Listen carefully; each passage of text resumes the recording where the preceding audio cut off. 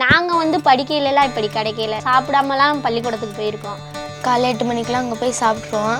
Correct டைமுக்கு ஸ்கூலுக்கு போகிறோம். நான் அங்கே போய் சாப்பிட்டுட்டு வாய்ப்பாடு கிளாஸில் போய் உட்காந்து வாய்ப்பாடெலாம் கற்றுப்பான். அவங்கக்கிட்ட சாப்பாடு சாப்பிட்றதோட காய் இதே நிறைய போடுறாங்க. அந்த காய்க்காகவே எங்கள் பாப்பா வந்து ஸ்கூலில் தான் சாப்பிடுது. எஜுகேஷனல் லோனெல்லாம் கேட்டு நிறைய பேங்க்குக்கெல்லாம் அலைஞ்சேன். அந்த ஒரு 5 வருஷம் ஃபீஸ் அவங்க ஏற்றுக்கிட்டாங்க. அதனால் என்னோட கடன் சுமை கம்மியாயிருச்சு. அம்மா அப்பா இருந்தால் என்ன பண்ணுவாங்களோ அதே தான் எனக்கு கவர்மெண்ட்டும் பண்ணியிருக்காங்க.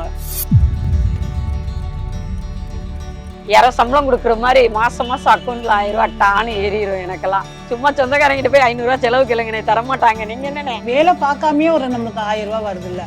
ஒரு வீட்டு சம்பளத்தை நிப்பாட்டிட்டேன் வேலை பார்க்குறத. ஒரு மிகப்பெரிய நம்பிக்கை எங்களுக்கு கொடுக்குது. வீட்டை விட்டே வெளியேறாமல் எங்கே போனால் ஒரு ஹாஸ்பிட்டல் போனால் கூட அவரை நம்பி தான் உட்காந்துருக்கணும். அவர் எப்போ வருவார், நம்ம எப்போ போவோம், இல்லாட்டி காசு கொடுத்துட்டு போனோம், அப்போ தான் நம்ம பஸ்ஸுக்கு போக முடியும். தைரியமாக வெளியே போயிட்டு தைரியமாக வரலாம். காசு இருக்கோ இல்லையா, பஸ் இருக்கு.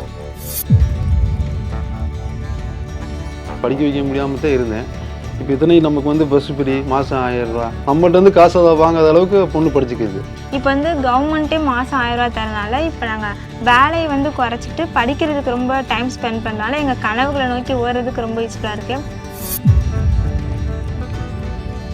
எங்கள் அம்மா கூலி வேலைக்கு போனாங்க. அதனால் இந்த 1000 ரூபா இருக்கிறனால அவங்கக்கிட்ட காசு கேட்குறது இல்லை.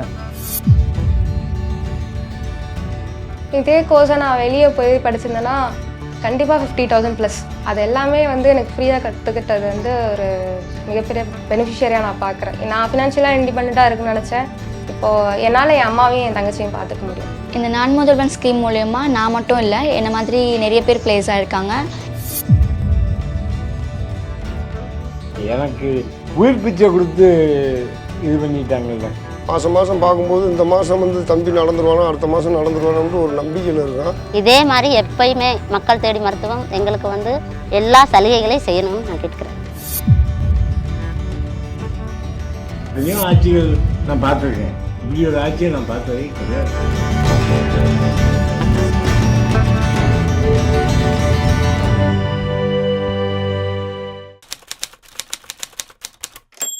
முதல் கூட்டம் வரும்போது முதலமைச்சரும் அவங்க கூட இருந்த மூத்த அதிகாரிகள் எல்லாம் சொன்னப்போ இப்படியான திட்டம் வந்து நம்ம நினைக்கிறோம். இதற்கு நீங்கள் வந்து உங்களுக்கு நிறைய சிரமங்கள் இருக்குது, நிதி சிரமங்கள் இருக்குதுன்னு தெரியும். பட் எனக்கு அதை பற்றி பிரச்சனை இல்லை. எப்படி ஏனும் ஏதாவது ஒரு வழியில் ஒரு நல்ல உணவை கொடுப்பதற்கு நீங்கள் முயற்சிங்க.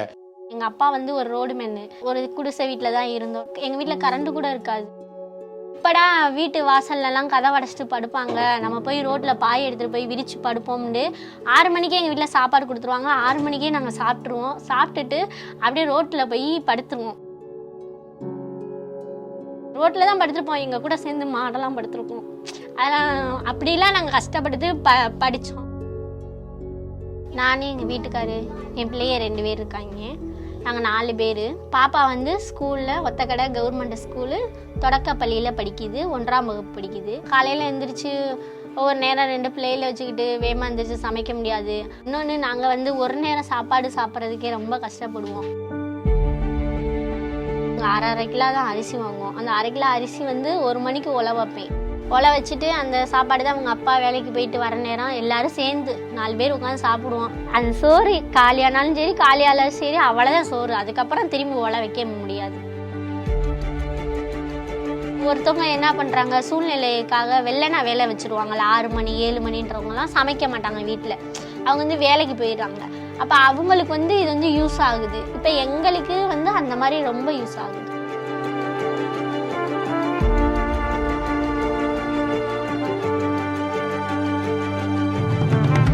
காலை உணவு வந்து எங்கள் பாப்பா 1வது நான் சேர்த்ததுலேருந்து போடுறாங்க. இந்த பிள்ளை கரெக்டாக 8 மணிக்கு கிளம்பி உள்ளே போயிடுவோம். பிள்ளை சிலம்பம் நல்லா பண்ணோம்.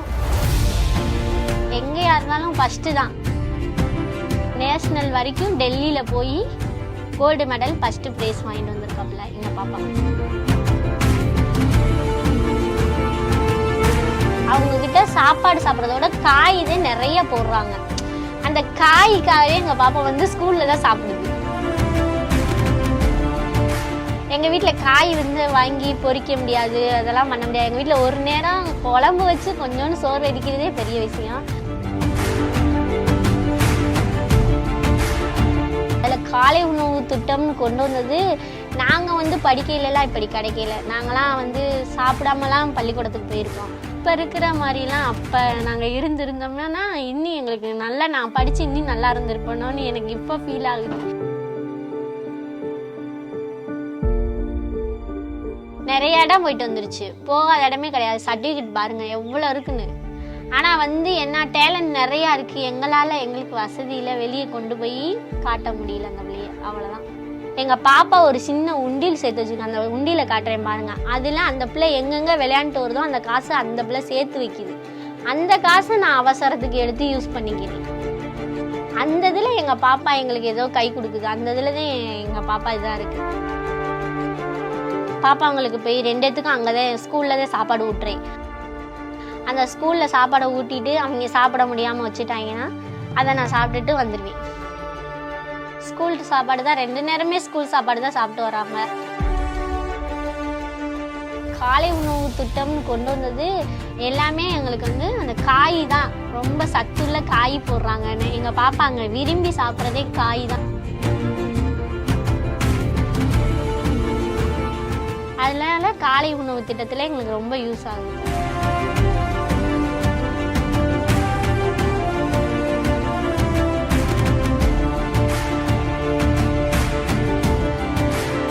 நீங்கள் வந்து இதுக்கு எந்த உணவு காலை உணவு கொடுக்கணுன்னா அதனோட எவ்வளோ கலோரி கொடுக்கணும், அது எப்படி பிரிந்து இருக்கணும், கார்போஹைட்ரேட்லேருந்து எவ்வளோ வரணும், புரோட்டீன் வந்து எந்த உணவுலேருந்து வரணும், சின்ன மைக்ரோ நியூட்ரியனுக்கான காய்கறிகள் என்ன, அது சூடாக கொடுக்கணும், அது குழந்தை சுவைபட சாப்பிடணும். நீங்கள் நான் சில காட்சிகளில் பார்த்துருக்கேன், ரொம்ப விளிம்பு நிலையில் மிக ஏழையான குழந்தை மட்டும் சாப்பிடுவதாக நினைக்க வேண்டியதில்லை.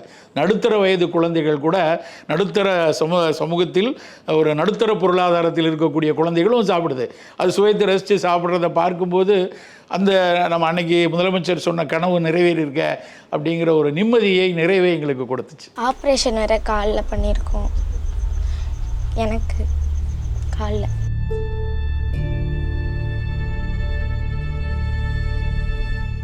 அப்பா பேர் வந்து சரவணன். அவங்களுக்கு வந்து சின்ன வயசில் பந்தடிப்பட்டு கண்ணு தெரியாமல் போயிடுச்சு. எங்களுக்கு வந்து வருமானம்னா அப்பா வந்து டீ கடையில் ஒர்க் பண்ணுறாங்க. எங்கள் அம்மா வந்து அப்பக்கப்போ கேட்ரிங் வேலை போவாங்க. அம்மாவுக்கு வந்து காது கேட்காது, வாய் பேச தெரியாது.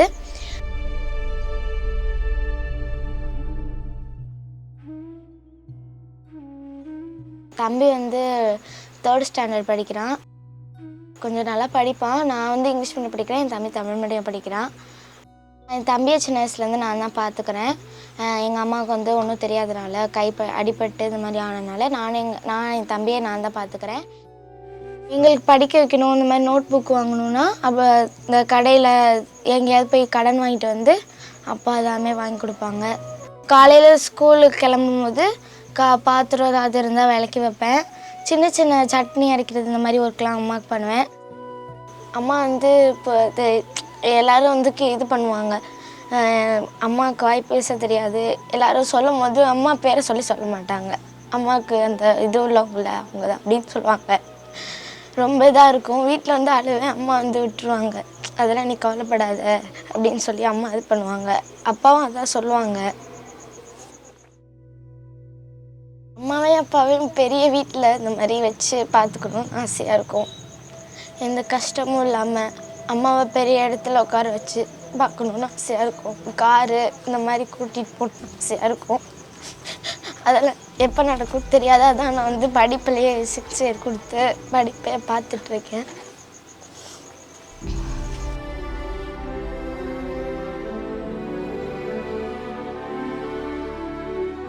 அம்மா வந்து சில நேரம் வந்து சமைக்காமல் இது பண்ணிடுவாங்க.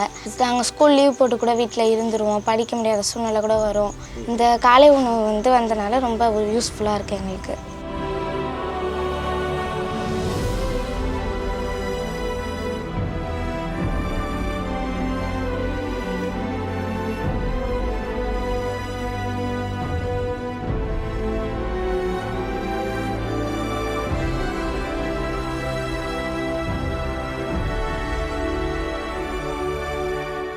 இந்த ஸ்கீம் வந்ததுலேருந்து என் தம்பி சீக்கிரமாக எழுந்திரிக்கிறான்.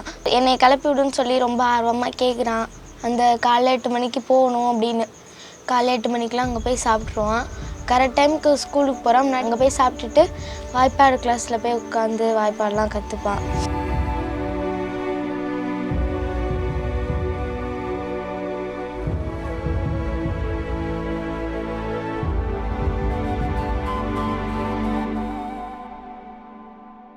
குழந்தை வந்து இப்போ வந்து காலை நேரங்கிறது வந்து ரொம்ப ரொம்ப முக்கியமானது. அந்த நேரத்தில் கிடைக்கக்கூடிய உணவு தான் வந்து ஒரு ஒரு உற்சாகத்தை கொடுக்கும். ஒரு பிரெயினில் வந்து ஒரு நல்ல நம்ம ஒரு கற்கக்கூடியதை வந்து முழுமையாக உட்கிரகிக்கக்கூடிய தன்மை பசியோடு இல்லை என்றால் களைப்போடு ஒரு சோர்வோடு அதுக்கான நுண்ணுயிர் சத்துக்கள் கிடைக்காது இருக்கிற சூழலில் இருந்த விஷயத்துலேருந்து அப்படியே மாறி ஒரு உற்சாகத்தோடு அந்த குழந்தை படிக்கிறது அப்படிங்கிறது பெரிய விஷயம், பெரிய விஷயம். என் பேர் தேவி. 10 வருஷம் வேலைக்கு போனேன். அப்புறம் டிஃபன் கடை கிடச்சிது எங்களுக்கு. அப்புறம் டிஃபன் கடை நானும் அவரும் சேர்ந்து பார்த்துக்கிட்டு இருந்தோம். எங்கள் வீட்டுக்கார் பேர் வந்து சீனிவாசன். அப்புறம் 12 வருஷம் முடிஞ்சு அப்புறம் ஒரு ட்ரீட்மெண்ட் பண்ணணும். அப்புறம் 2 பாப்பா கிடச்சாங்க.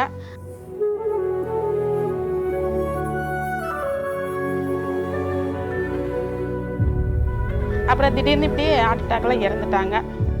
ஆனால் 2 பாப்பா வச்சுட்டு என்னடா பண்ணுறதுன்னு யோசனை பண்ணிட்டு இருக்கும்போது தான் சரி ஏதோ ஒரு வேலை செஞ்சு நம்ம பாப்பா 2 பேரும் எப்படியாவது காப்பாற்றணும் அந்த ஒரு எண்ணம் மட்டும்தான் என் மனசில் ஓடிட்டே இருந்துச்சு. என்னோட நம்பிக்கை வந்து நான் படிக்கலைங்க. நான் படிக்காதனால வீட்டு வேலைக்கு போயிட்டுருக்கேன். எல்லாமே அவங்க பார்த்ததுனால எனக்கு எதுவுமே தெரியாதனால இப்போ இந்த கஷ்டத்தை நான் அனுபவிச்சுட்டு இருக்கிறேன். அதனால் என்னோட குழந்தைங்க வந்து எப்படியாவது படிக்கணும்.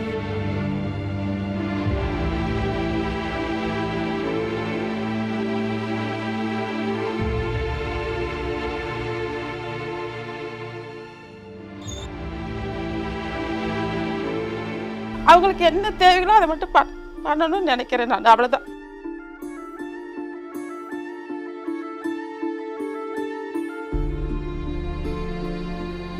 காலையில் வேலைக்கு போனேன்னாங்க சார் நம்ம வந்து இந்த 2 குழந்தைங்களுக்கு என்ன பண்ணுவோம் அப்படின்னு யோசனை பண்ணும்போது அப்போ எங்களுக்காக என்ன எங்களுக்கு கிடைக்கும், இந்த பிள்ளைகளை எப்படி காப்பாற்றுவோம்னு நினைக்கும் போது அப்போ காலை டிஃபன் உணவுன்னு சார் கொண்டு வந்ததுனால எங்களுக்கு வந்து அது ரொம்ப யூஸ்ஃபுல்லாக இருக்குது. அந்த பிள்ளைங்களுக்கு வந்து பசிங்கிறது கவலை இல்லாமல் நம்ம இங்கே வீட்டில் கிடைக்கலையே நம்ம அங்கேயும் போய் பட்டினியாக இருக்கணுமே அப்படி அந்த எண்ணம் இல்லாமல் அவங்க அங்கே சாப்பிட்டுக்கிறதுனால அவங்களுக்கும் மனசு திருப்தி கிடைக்குது. பார்க்கும்போது எங்களுக்கு மனசுக்கு நிறைவாக இருக்குது.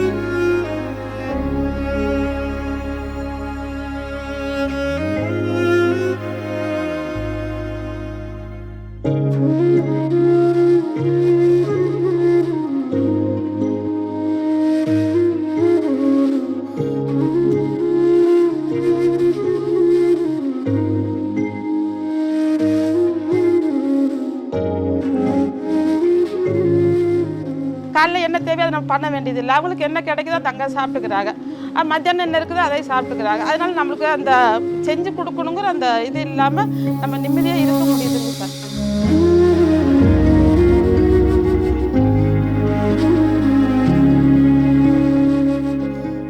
எப்பொழுதுமே யாராவது இந்த படிப்பு செலவுக்கு உதவி பண்ண மாட்டாங்களா அந்த ஒரு ஏக்கத்தில் தான் நான் காலையில் எந்திரிச்சு வேலைக்கு ஓடிட்டே இருக்கிறதுங்க. யார்ட்டையும் கேட்காத ஒரு கிடைச்ச உதவி காலையில் சாப்பிட்றாங்க, மத்தியானம் சாப்பிட்றாங்க. அது ஒரு பெரிய உதவி தான் எங்களுக்கு. இன்னும் விளிம்பு நிலை மக்கள் இந்த காலையில் ஒரு உணவை கொடுப்பதன் மூலமாக அவர்களுக்கு கல்வி மீது பற்றும் சரியான உடல் திறனும் கிடைத்து அவங்க படித்து வராங்க. அப்படிங்கும்போது இன்னும் 30 வருஷம் கழித்து தான் அதனோட எஃபெக்ட் தெரியும். 20 வருஷம் கழித்து இந்த பிள்ளைங்க மிகச்சிறந்த மதிப்பெண் வாங்கி மிகச்சிறந்த கல்வி நிறுவனங்களுக்கு போய் ஒரு ஆளுமை மிக்க மனிதர்களாக வருவாங்க. அப்படின்னா அதுதானே இலக்கு.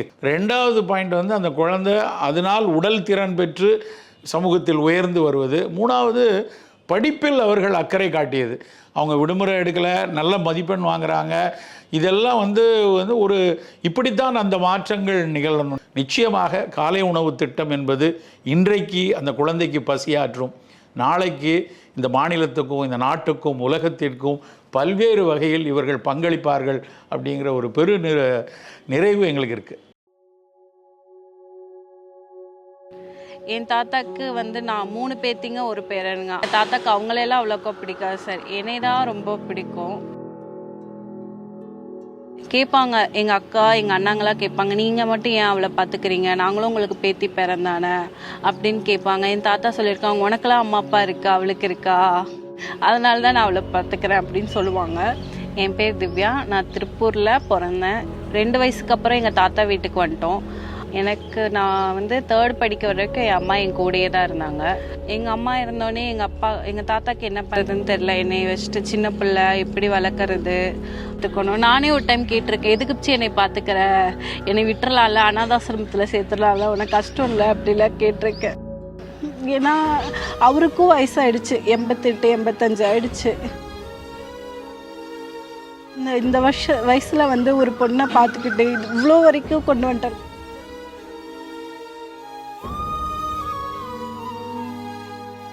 12th முடிச்சுட்டு என்ன பண்ணுறதுனே தெரில.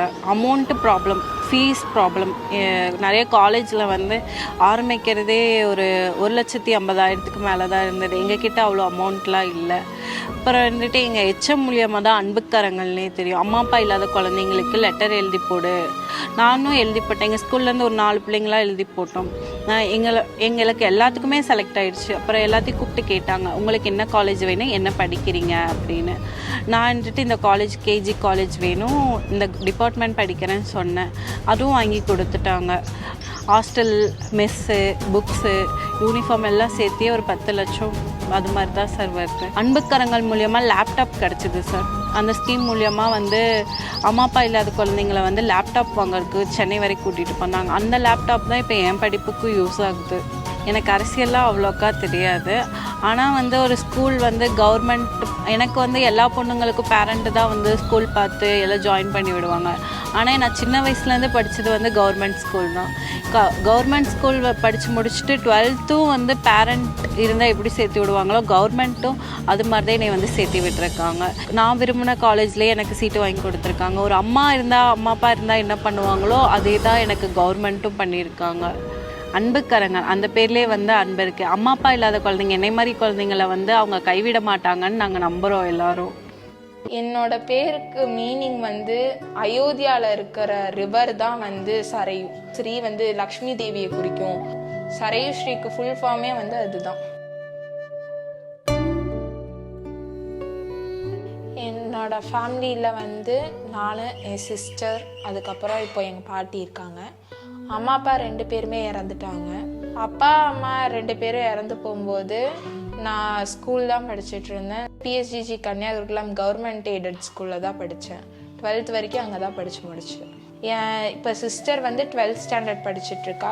பாட்டி வந்து அம்மாவோட அம்மா வந்து இப்போ எங்களுக்கு வந்து ஆப்பம் சப்பாத்தி எல்லாம் ஹோட்டலுக்கு வந்து சுட்டு கொடுத்துட்டு எங்களுக்கு அந்த இன்கமில் நாங்கள் வந்து லைஃப்பை ஸ்டாண்ட் பண்ணிகிட்ருக்கோம்.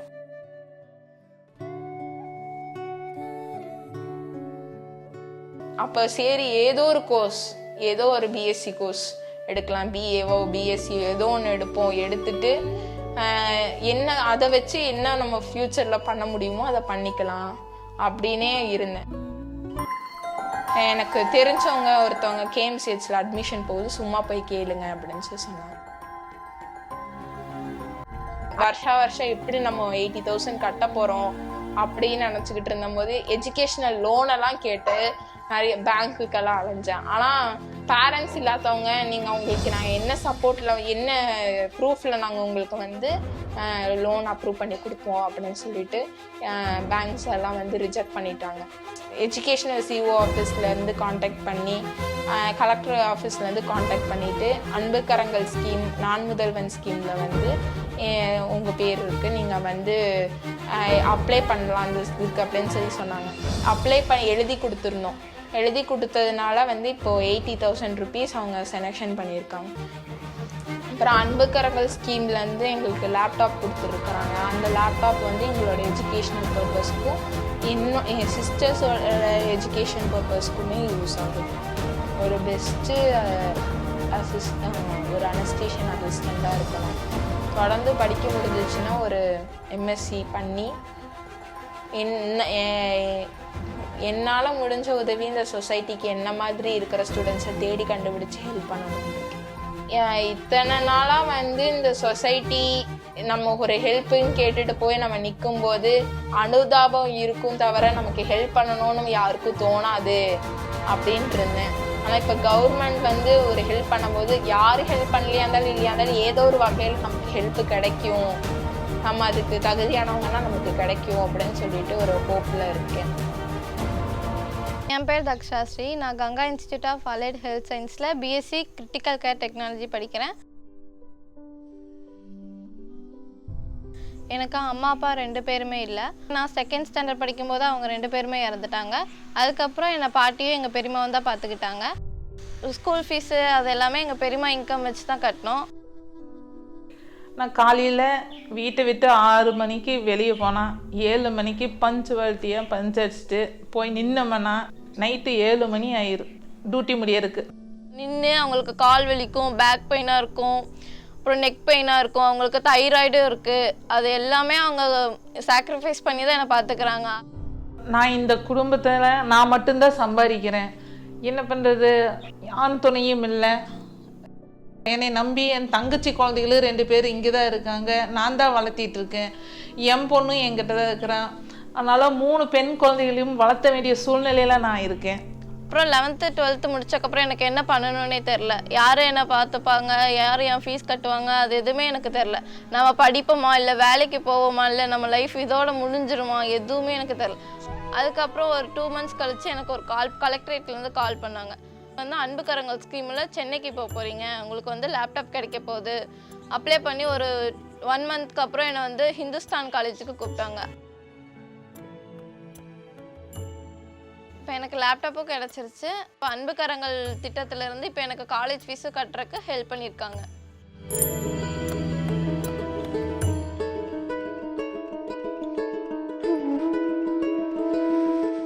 பிள்ளைக்கு அந்த ஒரு 5 வருஷம் ஃபீஸை அவங்க ஏற்றுக்கிட்டாங்க. அதனால் என்னோட கடன் சுமை கம்மியாயிருச்சு.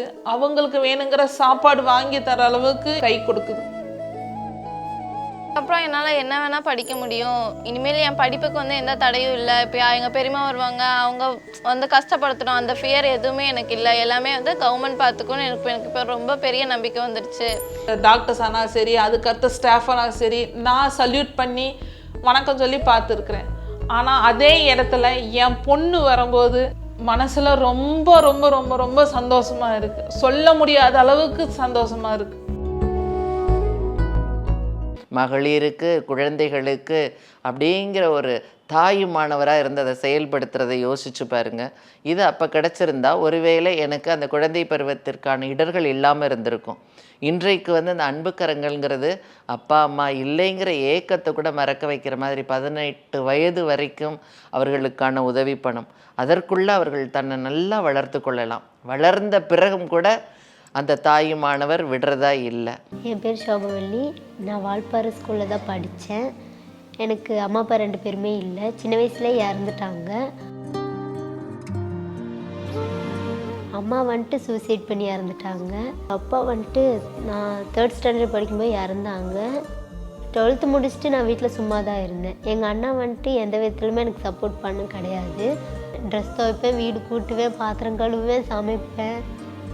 ஆனால் அவங்க செலவுக்குன்ட்டு ஒரு நயா பைசா கூட எனக்கு தரமாட்டாங்க. நான் படிக்கணும்னு ஆசைப்பட்டேன். எங்கள் வீட்டில் என்னை படிக்கக்கூடாதுன்னு ஃபோர்ஸ் பண்ணாங்க. அதுக்கப்புறம் நம்ம லைஃப் நம்ம தான் பார்த்துக்கணும் தாட் இருந்தனால நான் எங்கள் மேம் கிட்ட ஹெல்ப் கேட்டேன். லேட்டாக தான் அட்மிஷன் போட்டா. ஜூன் எண்டில் தான் அட்மிஷன் போட்டா.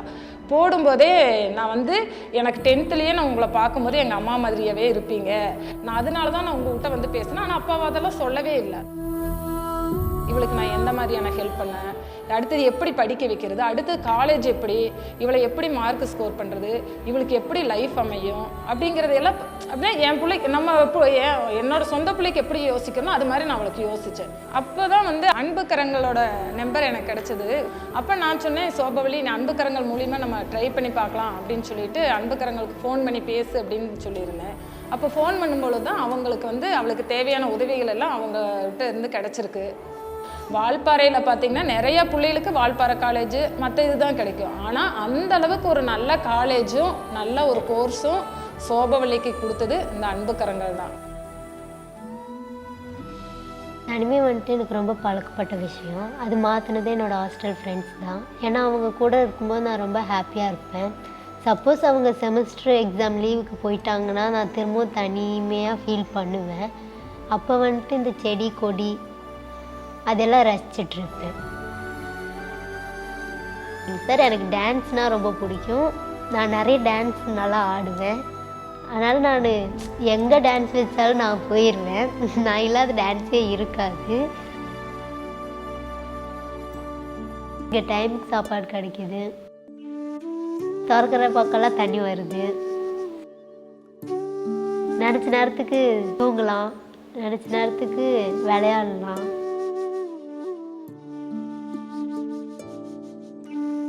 என்னோடய கோர்ஸ் முடிச்சதுக்கப்புறம் என்னோடய ஃப்யூச்சர் வந்துட்டு செட்டில் ஆயிடுவேன் அப்படின்ட்டு எனக்கு நம்பிக்கை இருக்குது. ஏன்னா சப்போர்ட் பண்ணுறதுக்கு யாரும் இல்லை. ஸோ நம்ம படித்தா நம்ம வாழ்க்கையை நம்ம பார்த்துக்கலாம். நான் படித்தா என் தம்பியை படிக்க வைக்கலாம். அதுவும் இல்லாமல் படித்தா மற்றவங்களை டிபெண்ட் பண்ணி வாழ வேண்டிய அவசியம் கிடையாது. அதனால நான் படிக்கணும்னு ஆசைப்பட்டேன். அவள் வந்து நல்ல உயர்ந்த இடத்துக்கு போகிறதுக்கு அன்புக்கரங்கள் நிறைய உதவிகள் செய்வாங்க. அதேமாதிரி அவள் வந்து நல்லா படித்து ஒரு நல்ல வேலைக்கு போகிறதுக்கான வாய்ப்பு இந்த அன்புக்கரங்கள் கொடுத்தாங்க. நான் அந்த இடத்துல ஒரு அம்மாவாக இருந்து அப்பா என் பொண்ணு வந்து நல்ல ஒரு உயர்ந்த இடத்துக்கு அவளை கூட்டிகிட்டு செல்கிறாங்க இந்த அன்புக்கரங்கள் அப்படிங்கிறதுல நான் ரொம்ப சந்தோஷப்படுறேன். அந்த அன்புக்கரம் நீண்டு கொண்டே இருக்கு. ஏன்னா அன்புக்கரம் அப்படிங்கிறது வள்ளலார் வார்த்தைகளில் எப்பொழுதுமே அள்ள அள்ள குறையாததுன்றது பொருள்படும். அதனைத்தான் தாய் மாணவராக இருந்து நம் தமிழக முதல்வர் செஞ்சிட்ருக்கார். என் பேர் குட்டியம்மா. நான் நாமலப்பூக்கோட்டையில் கடை வச்சுருக்கேன்.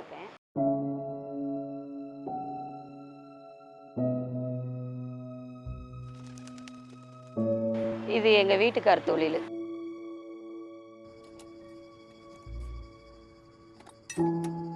திடீர்னு வேலையை முடிச்சுட்டு வீட்டுக்கு வந்தார். சாப்பிட வந்தவர் தான். சாப்பிட்டோன்னு அப்படியே சாஞ்சார்.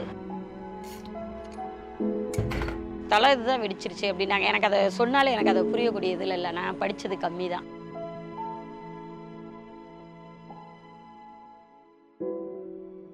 அவர் இறந்ததுக்கப்புறம் நான் இந்த தொழிலை எடுத்து ரன் பண்ணுறேன்.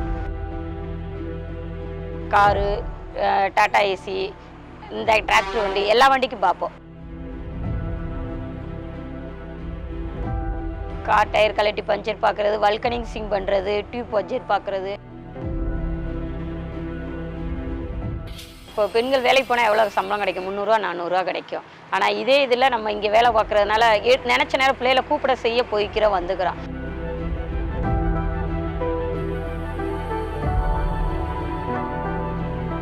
அதாவது மாதம் மாதம் நமக்கு யாரோ சம்பளம் கொடுக்குற மாதிரி மாதம் மாதம் அக்கௌண்ட்டில் 1000 ரூபா டான்னு ஏறிடும் எனக்கெல்லாம்.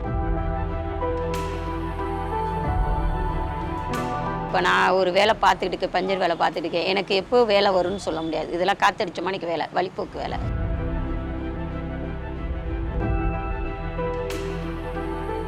வேலை வந்தால் தான் உண்டு. ஒரு காய்ச்சலோ ஒரு தலைவலியோ நான் ஒரு 3 நாள் 4 நாள் வீட்டில் படுத்துக்கிட்டேன்னா எனக்கு யார் கொடுப்பா?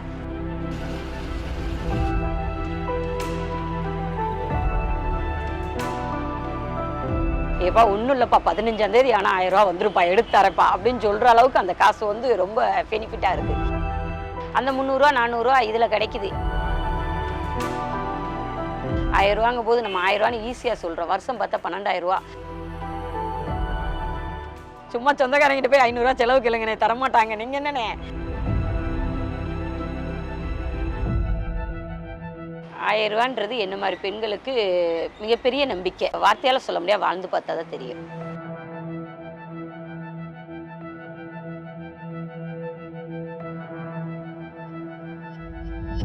ரூபாய் என்ன செய்து விட முடியும்? ஒரு பெரிய வனப்பான வனம் உருவாவதற்கு ஒரே ஒரு விதை போதும். வனம் முழுவதும் விதையை தூவி வனமை உருவாக்குவதில்லை. இந்த 1000 ரூபாயோட அந்த எண்ணம், அந்த செயல்பாடுகள், அந்த உத்வேகம் வந்து அவங்க என்னென்ன ஆகணும்னு நினைக்கிறாங்களோ அது எல்லாத்துக்குமா பயன்படும். அது ஒரு உரம் மாதிரி, அது ஒரு விதை மாதிரி, அது ஒரு வலு மாதிரி.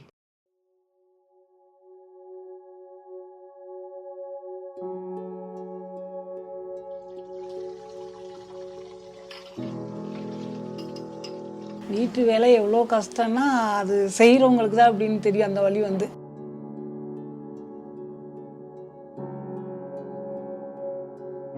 என் பேர் வந்து போதும் செல்வி. அப்புறம் எனக்கு 2 பொம்பளை பிள்ளைங்க வந்து, அது ஒருத்தர் 11ஆவது படிக்கிறா, ஒருத்தர் 9ஆவது படிக்கிறா வந்து. காலையில் எழுந்திரிச்சேன்னா ஒரு 6:30 மணிக்கு எழுந்திரிப்பேன். பாப்பாவுக்கு 8 மணிக்கு ஆட்டோ வந்துடும்.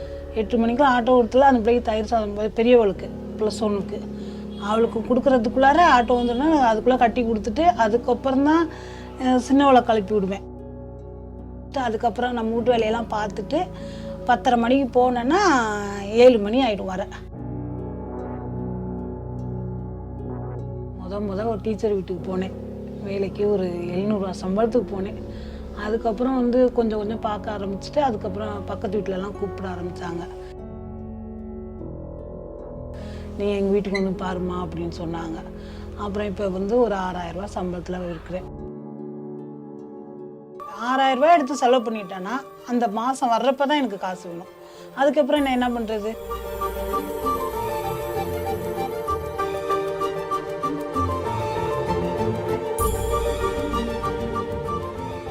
ஒரு மணி நேரத்துக்கு 50 ரூபா தான் தருவாங்க. இப்போ வீடு துடைக்கிறதுன்னா கூட்டி துடைக்கிறதுன்னா அது 1 மணி நேரம் ஆகிடும். பாத்திரம் வளைக்கிற வேலையை 1000 ரூபா தரேன் அப்படின்னாங்க. அப்புறமேல் கெஜாக்கா சொன்னாங்க, இவங்க அவசரமா சொன்னாங்க, ஏன் ரொம்ப போட்டு உடம்ப போட்டு வளர்த்திக்கிறேன், இந்த தான் அப்போ மகளிர் பணம் தானே வருதுல்ல, அதை வச்சு நீ மெயின்டைன் பண்ணிக்கந்தா அப்படின்னு சொன்னேன். நம்ம ஒரு வீட்டை நிப்பாட்டிட்டேன். இப்போ கூட வேலை பார்க்காமே ஒரு நம்மளுக்கு 1000 ரூபா வருதுல்ல, அது ஒரு நம்மளுக்கு கஷ்டம் இல்லாமல் தானே இருக்குது. ஒரு வீட்டு சம்பளத்தை நிப்பாட்டிட்டேன் வேலை பார்க்குறத. எங்கள் வீட்டுக்காரரை நம்பியும் கூட இல்லை. நான் என் பிள்ளைங்களை படித்து நல்லபடியாக நான் ஆளாக்கணும். இந்த பணம் வரதை வச்சுக்கிட்டு வீட்டு வேலை பார்த்துட்டு எப்படியே கஷ்டப்பட்டுனாச்சும் அதுங்களுக்கு வேலைக்கு போய் வச்சுக்கணும். நான் படுற கஷ்டம் அது பிள்ளைங்க படக்கூடாது.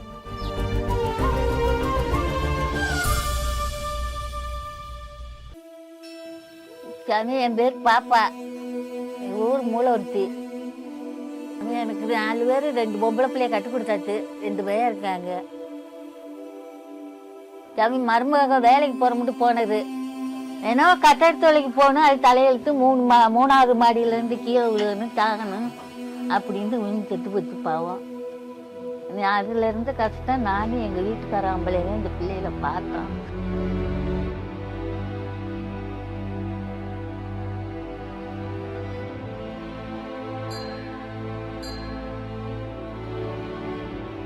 தாயில்லாத பிள்ளைய பாவம் 10 மாத பிள்ளை அவங்க அம்மா சாக இல்லை வச்சு வளர்க்குறாங்க.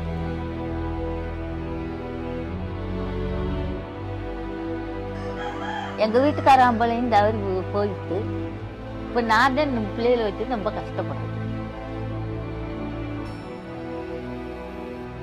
கம்மா விளையாடும் பார்த்தேன் சாமி, இப்போ கொஞ்சம் கால் வலிக்கும் போகாமல் இருக்கேன்.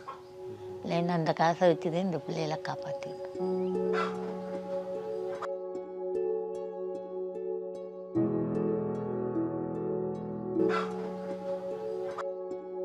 இந்த பிள்ளைகளை பார்க்குற காலில் நான் தான் பார்த்துக்கிட்டு இருக்கேன் சாமி. 100 நாள் வேலைக்கு போகிறேன், அந்த காசை முடிஞ்சு பிள்ளைகளை காப்பாற்றுறேன். பிள்ளைகளை வலிக்க பள்ளிக்கூடத்துக்கு போனால் காசு எப்போ இல்லை சாமி. இந்த குடலில் அரிசி ஓடுறத வாங்கி கச்சி ஊற்றுறேன் அதுகளுக்கு. இப்போ 10 வருஷத்துக்கு 6-7 வருஷம் ஆயிடுச்சுங்க. மயங்க அவங்க குடும்பத்தை தான் சாமி பார்க்குறேன்.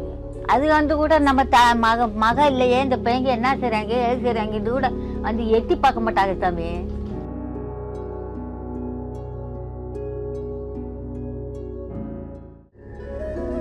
மாத்ததுக்கு மாத்திரை இதில் கொண்டாந்து வீட்டில் கொடுத்துருவாங்க. வயசாவுக்கு காலுக்கு வந்து அப்பக்கப்போ வந்து நெல்லேந்தி விட்டு போவாங்க.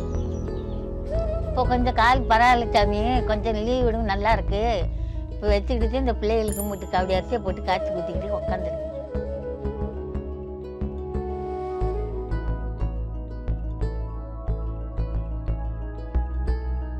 இந்த காரடு காசு 1000 ரூபா கொடுப்பாங்க, அதை வச்சு தாங்க இந்த பிள்ளைகளை பார்த்துக்கிட்டு.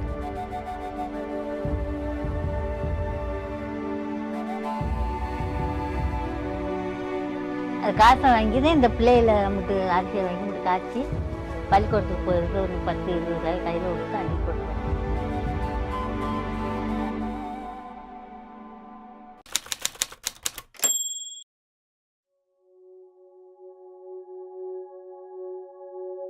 என் பேர் அழகு தேவி. நான் தூய்மை கலராக வேலை பார்க்குறேன். கரண்டிக்கல்ல வேலை பார்க்குறேன். ஆனால் நான் இருக்கிறது கப்பலூரில் இருக்கேன்.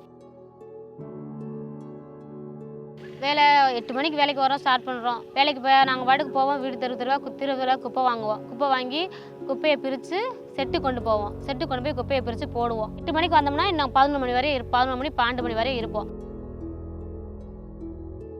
கப்பலூர்லேருந்து 2 பஸ் மாறி தான் வேலைக்கு வருவேன்.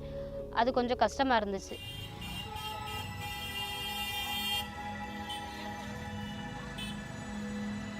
மகளிர் விடியல் பேருந்து திருமங்கலத்திலிருந்து விக்கிரமங்கலம் செல்லும் 4D வர இருக்கிறது.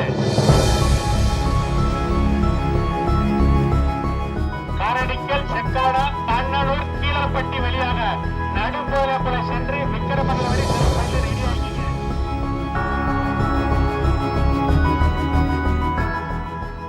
வேலைக்கு போகிறதே 4 காசு சம்பாதிக்க தான் வேலைக்கு போகிறோம். அதுவும் பஸ்ஸுக்கு பாதி கொடுத்துட்டா நமக்கு என்ன இருக்குது? இப்போ பஸ்ஸுக்கு ஃப்ரீ பஸ்ஸுனால அந்த காசு மிஞ்சுது. பஸ்ஸு காசு இல்லாமல் ஒரு நாள் பஸ்ஸில் ஏறிட்டேன். பஸ்ஸு காசே இல்லை என் கையில். பஸ்ஸை எடுத்தால் காசு இல்லை. ஆனால் ஃப்ரீ பஸ்ஸில் உட்காந்துருக்கேன். அன்றைக்கி காசு பஸ்ஸு டிக்கெட் நம்மளுக்கு இறக்கி கூட போகிறாங்கன்னு நினச்சி பயந்துகிட்டே போனது. ஆனால் பார்த்தா பஸ்ஸு ஃப்ரீ பஸ்ஸு. அப்போ நம்ம வந்தது பரவாயில்ல, நல்லவழிக்கு பஸ்ஸில் இந்த ஃப்ரீ பஸ்ஸை பார்த்து ஏறிட்டோம்ல, இப்போ வீட்டுக்கு போயிடுவோம். இப்போ என்ன வீட்டுக்கு தானே போகிறோம், வீட்டுக்கு போய் பார்த்துக்குருவோம் அப்படின்ற ஒரு தைரியம் வந்துருச்சு. பள்ளிக்கூடம் போகிற பிள்ளைகளுக்கு அதுகளே இப்போ என்ன செய்யுதுங்க, ஃப்ரீ பஸ்ஸை பார்த்து ஏறி வருதுங்க. 10 ரூபா அவங்க அம்மா கொடுத்து விட்டா 10 ரூபாய் வச்சு வாங்கி சாப்பிட்டுக்குருவோம், 10 ரூபாய் வச்சுக்கிறோம் வாங்கிக்கிருவோம். அப்படி ஃப்ரீ பஸ்ஸை பார்த்தா ஏறி வருது. பொம்பளை பிள்ளைங்க பூராமே அப்படி தான் வருது. போகிறப்ப இங்கேருந்து 15 ரூபா, வர்றப்ப அங்கேருந்து 15 ரூபா, நேரத்துக்கு 30 ரூபா, திரும்ப அதே டபுள் ஆகும். அப்போ ஒரு நாளைக்கு எனக்கு 60 ரூபா. நான் வாங்குற சம்பளமே எனக்கு பத்தாது. நான் வாங்குற சம்பளம் 5000 சம்பளம் தான் வாங்குறேன். அதில் எனக்கு 2000 பஸ்ஸுக்கே 2000 போயிடும். இப்போ இருக்கிறப்ப அந்த ஃப்ரீ பஸ் விடுறதுனால எனக்கு அந்த 1000 மிச்சம். இப்போ அதில் அந்த 5000 மிச்சப்போ அதுக்கு 2000 மிச்சம் ஆகுது. வீட்டை விட்டே வெளியேறாமல் எங்கே போனால் நான் ஒரு ஹாஸ்பிட்டல் போனால் கூட அவரை நம்பி தான் உட்காந்துருக்கணும். அவர் எப்போ வருவார், நம்ம எப்போ போவோம், இல்லாட்டி காசு கொடுத்துட்டு போனோம், அப்போ தான் நம்ம பஸ்ஸுக்கு போக முடியும். இப்போ அப்படி இல்லைல்ல. காசு இருக்கோ இல்லையோ, காசு இருக்கோ தைரியமாக வெளியே போயிட்டு தைரியமாக வரலாம். காசு இருக்கோ இல்லையோ, பஸ் இருக்கு. கவர்மெண்ட் ஆஸ்பத்திரிக்கு ஃப்ரீ பஸ் இருக்கு, நம்ம பாட்டுக்கு போயிட்டு வந்துடலாம்.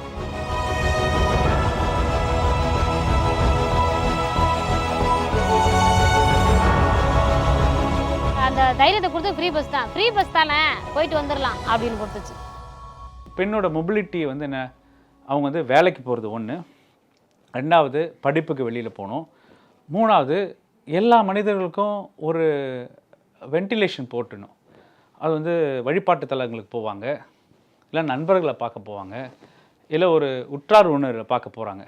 அது பார்க்க போகும்போது கூட அவங்க வீட்டுக்கார் நம்பி இருக்கணும் அந்த மொபிலிட்டி கூட. அந்த வீட்டுக்காரோட மூடு தகுந்த போல தான் அவங்களோட பிளானிங் இருக்க முடியும். சரி, இன்றைக்கி ஒரு ஃப்ரெண்டை போய் பார்க்க போகலாம், இன்றைக்கி வந்து ஒரு ஃப்ரெண்ட்ஸ் இன்றைக்கி ஒரு வழிபாட்டு தலத்துக்கு போய் கும்பிட்டு வரலாம், மனசுக்கு ஆழமாக இருக்குன்னா அந்த மொபிலிட்டிக்கு அவங்க வந்து she has to ask her husband, யோசித்து அவன் மூடை பார்த்து தான் கேட்க முடியும். இது எல்லார் வீட்லேயும் ஆணாதிக்க சமூகம் இன்னும் நடைமுறையில் இருக்குது. இதை உடைச்சார் நம்ம தமிழ்நாட்டு முதல்வர். இனிமேல் உங்களோட மொபிலிட்டிக்கு நீங்கள் வந்து யாரையும் டிபெண்ட் பண்ணி இருக்கணும் அவசியம் இல்லை. நான் தமிழ்நாடு அரசு, நான் ஒரு முதல்வர், உங்களுக்கு அந்த மொபிலிட்டியை நான் கொடுக்குறேன். அந்த மொபிலிட்டி கொடுக்குறேன்னா என்ன, விடியல் பயணம்னு நான் கொடுக்குறேன். என்னோட பேர் லாவண்யா. நான் வந்து திருச்சி மாவட்டம் மணச்சூர் வட்டத்தில் இருக்க திருவாசிங்கிற கிராமத்தில் இருக்கேன். என்னோடய ஃபேமிலியில் வந்து அம்மா, அப்பா, அக்கா, நான். அப்பா வந்துட்டு பால் கறக்கிற வேலைக்கு தான் போகிறாங்க. இவர் தான் எங்கள் அப்பா சேகர். இல்லை பால்காரர் சேகர் அப்படி சொன்னாதான் ஊருக்கே தெரியும். அடுத்து எங்க அம்மா உமா. இல்ல என் பெஸ்ட் ஃப்ரெண்டு. இது எங்க அக்கா மோகனா, என்னோட வெல் விஷர். எனக்கு எப்போதும் நல்லது மட்டுமே நினைப்பா. கடைசியா நான் உங்க லாவண்யா, அப்பாவை மட்டுமே உலகமா நினைச்சிட்டு இருக்க செல்ல புள்ள. நான் வந்து பிஏஎம்ஏ படிச்சிருக்கேன், பிஎடும் இப்போ படிச்சுட்ருக்கேன். பிஎட் படிச்சுக்கிட்டே பார்ட் டைம் ஜாப் பண்ணிகிட்ருக்கேன். கவர்மெண்ட் மாடல் ஸ்கூலில் ஆர்ட் ட்ரெயினராக ஒர்க் பண்ணிகிட்ருக்கேன். என்ன ஆர்ட் எடுத்திருக்கேன்னா பொம்மலாட்டம்.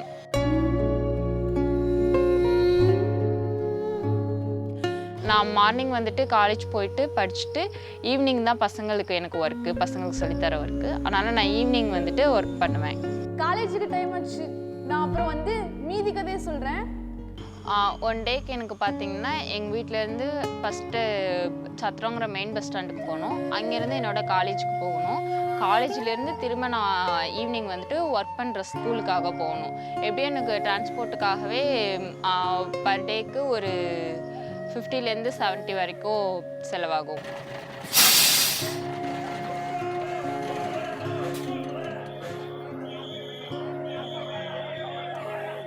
ஏமா நாம அம்மா கிட்ட உனக்கு பஸ்ஸுக்கு காசு கொடுத்துட்டு போனேனே, நீ பாட்டு காலையிலே காசு வாங்காம கூட காலேஜுக்கு போயிட்டியாமே.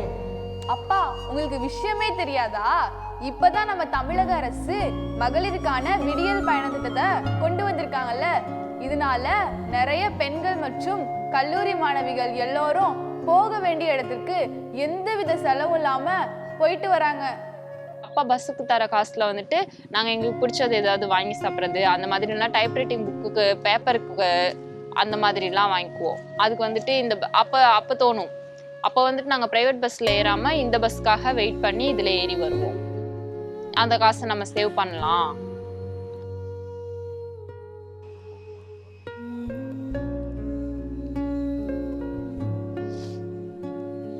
அவருக்குன்னு 100 ரூபா சப்பை தான் வாங்கிக்குவார். வெள்ளை வேட்டி வெள்ளை சட்டை தான் போடுவார். அதுவுமே வந்துட்டு இப்போ அப்பாவோட பங்காளிங்க யாராவது இறந்தாங்கன்னா இது கொடுப்பாங்கல்ல, அந்த சட்டை தான் யூஸ் பண்ணுவார். அவருக்குன்னு தீபாவளி பொங்கலுக்குன்னு எதுவுமே எடுத்துக்கவே மாட்டார். இன்ன வரைக்கும் அவருக்கு ட்ரெஸ்ஸு எனக்கு விவரம் தெரிஞ்சு அவருக்குன்னு அவர் ட்ரெஸ் எடுத்துக்கிட்டதே இல்லை. ரெகுலர் யூஸ்க்கு கைலி மட்டும்தான் வாங்குவார். அப்பா அப்பா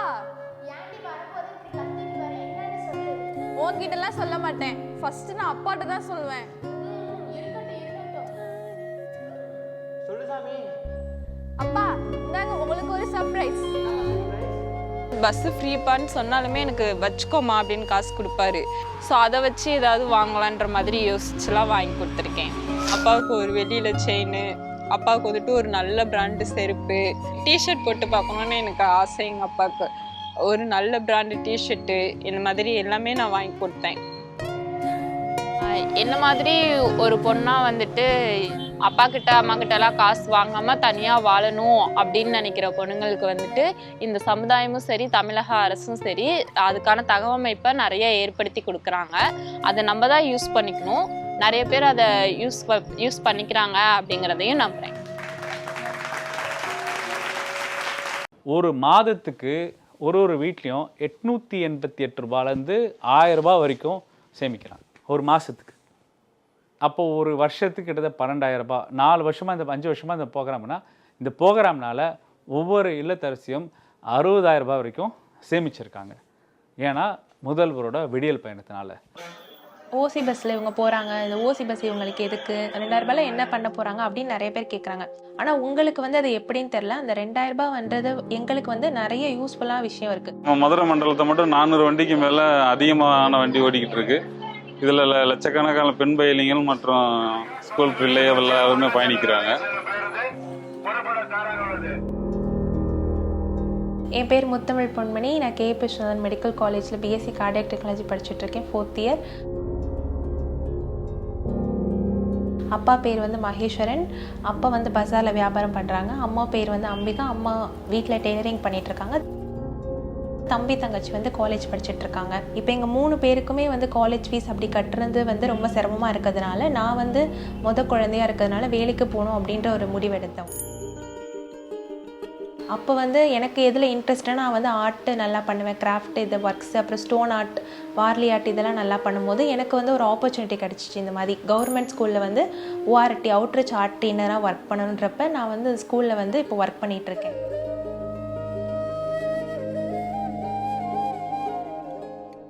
இப்போ நான் வந்து படித்து முடிச்சதுக்கப்புறம் ஒரு ஹாஸ்பிட்டலில் போயிட்டு எக்கோ டெக்னீஷியனாக ஒர்க் பண்ணணும் அப்படின்றது வந்து ஒரு ஆசை.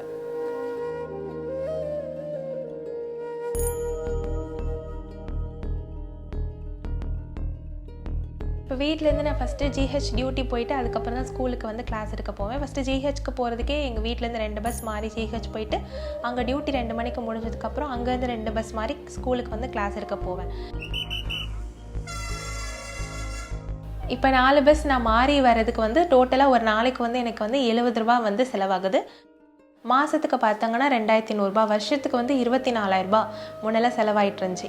இப்போ வந்து இந்த இலவச பேருந்தை நான் யூஸ் பண்ணுறதுனால இப்போ என்னால் மாதம் 2,000 ரூபாய் சேவ் பண்ண முடியுது. 6 மாதத்துலேயே என்னால் 12,000 12,000 வந்து என்னால் சேவ் பண்ண முடியுது. வெயிட் பண்ணி மகளிர் வண்டியில் 2 ஏறி போகிறவங்களாம் இருக்காங்க. டெய்லி 100 ரூபாயிலேருந்து 150 ரூபா மிச்சம் பண்ணுறாங்க. இது மூலிமா என் தம்பி தங்கச்சிக்கு புக் ஃபீஸ் ஆகட்டும், இப்போ மெடிக்கல் எமர்ஜென்சியாக ஏதாச்சும் இருந்துச்சுன்னா அதுக்கு யூஸ் பண்ணுறதாகட்டும், இல்லை அந்த 12,000 சேர்த்து வச்சு ஒரு மாதம் வாடகை கொடுக்குறதாகட்டும், இந்த மாதிரி நிறைய விஷயங்களுக்கு வந்து இந்த இலவச பேருந்து இருக்கிறதுனால எங்களால் சேவிங்ஸ் பண்ண முடியாதனால நிறைய விஷயங்கள் எங்களுக்கு பயனுள்ளதாக இருக்குது. இப்போ நான் வந்து டவுனில் இருந்துட்டு வந்து படிச்சுட்டே வந்து பார்ட் டைம் ஜாப் போயிட்டுருக்கேன். இப்போ இதுவே வந்து கிராமத்தில் வாழ்கிற மக்கள், குக்கிராமத்தில் வாழ்கிற மக்கள்லாம் அன்றாடம் அவங்களுக்கு ஒரு செலவு இருக்கும். அந்த காசு இல்லாமலே அவங்களால வேறு ஒரு இடத்துக்கு போயிட்டு புதிய தொழிலோ இல்லை படிக்கிறதோ காலேஜுக்கு போய் அவங்க சேர்றதோ அந்த மாதிரி இருக்கிறதுனால அவங்களோட வாழ்க்கை தரம் வந்து முன்னேறதா நான் வந்து நினைக்கிறேன். நடந்துனா 13 வருஷமாக இருக்கேன். மகளிர் விடியல் பயணம் வரதுக்கு முன்னாடி வந்து மக்கள் வந்து அதிகமாக வெளியில் வரமாட்டாங்க. இந்த மக்கள் விடியல் பயணம் வந்ததுலேருந்து அதிகமாக மக்கள் வெளியே வராங்க.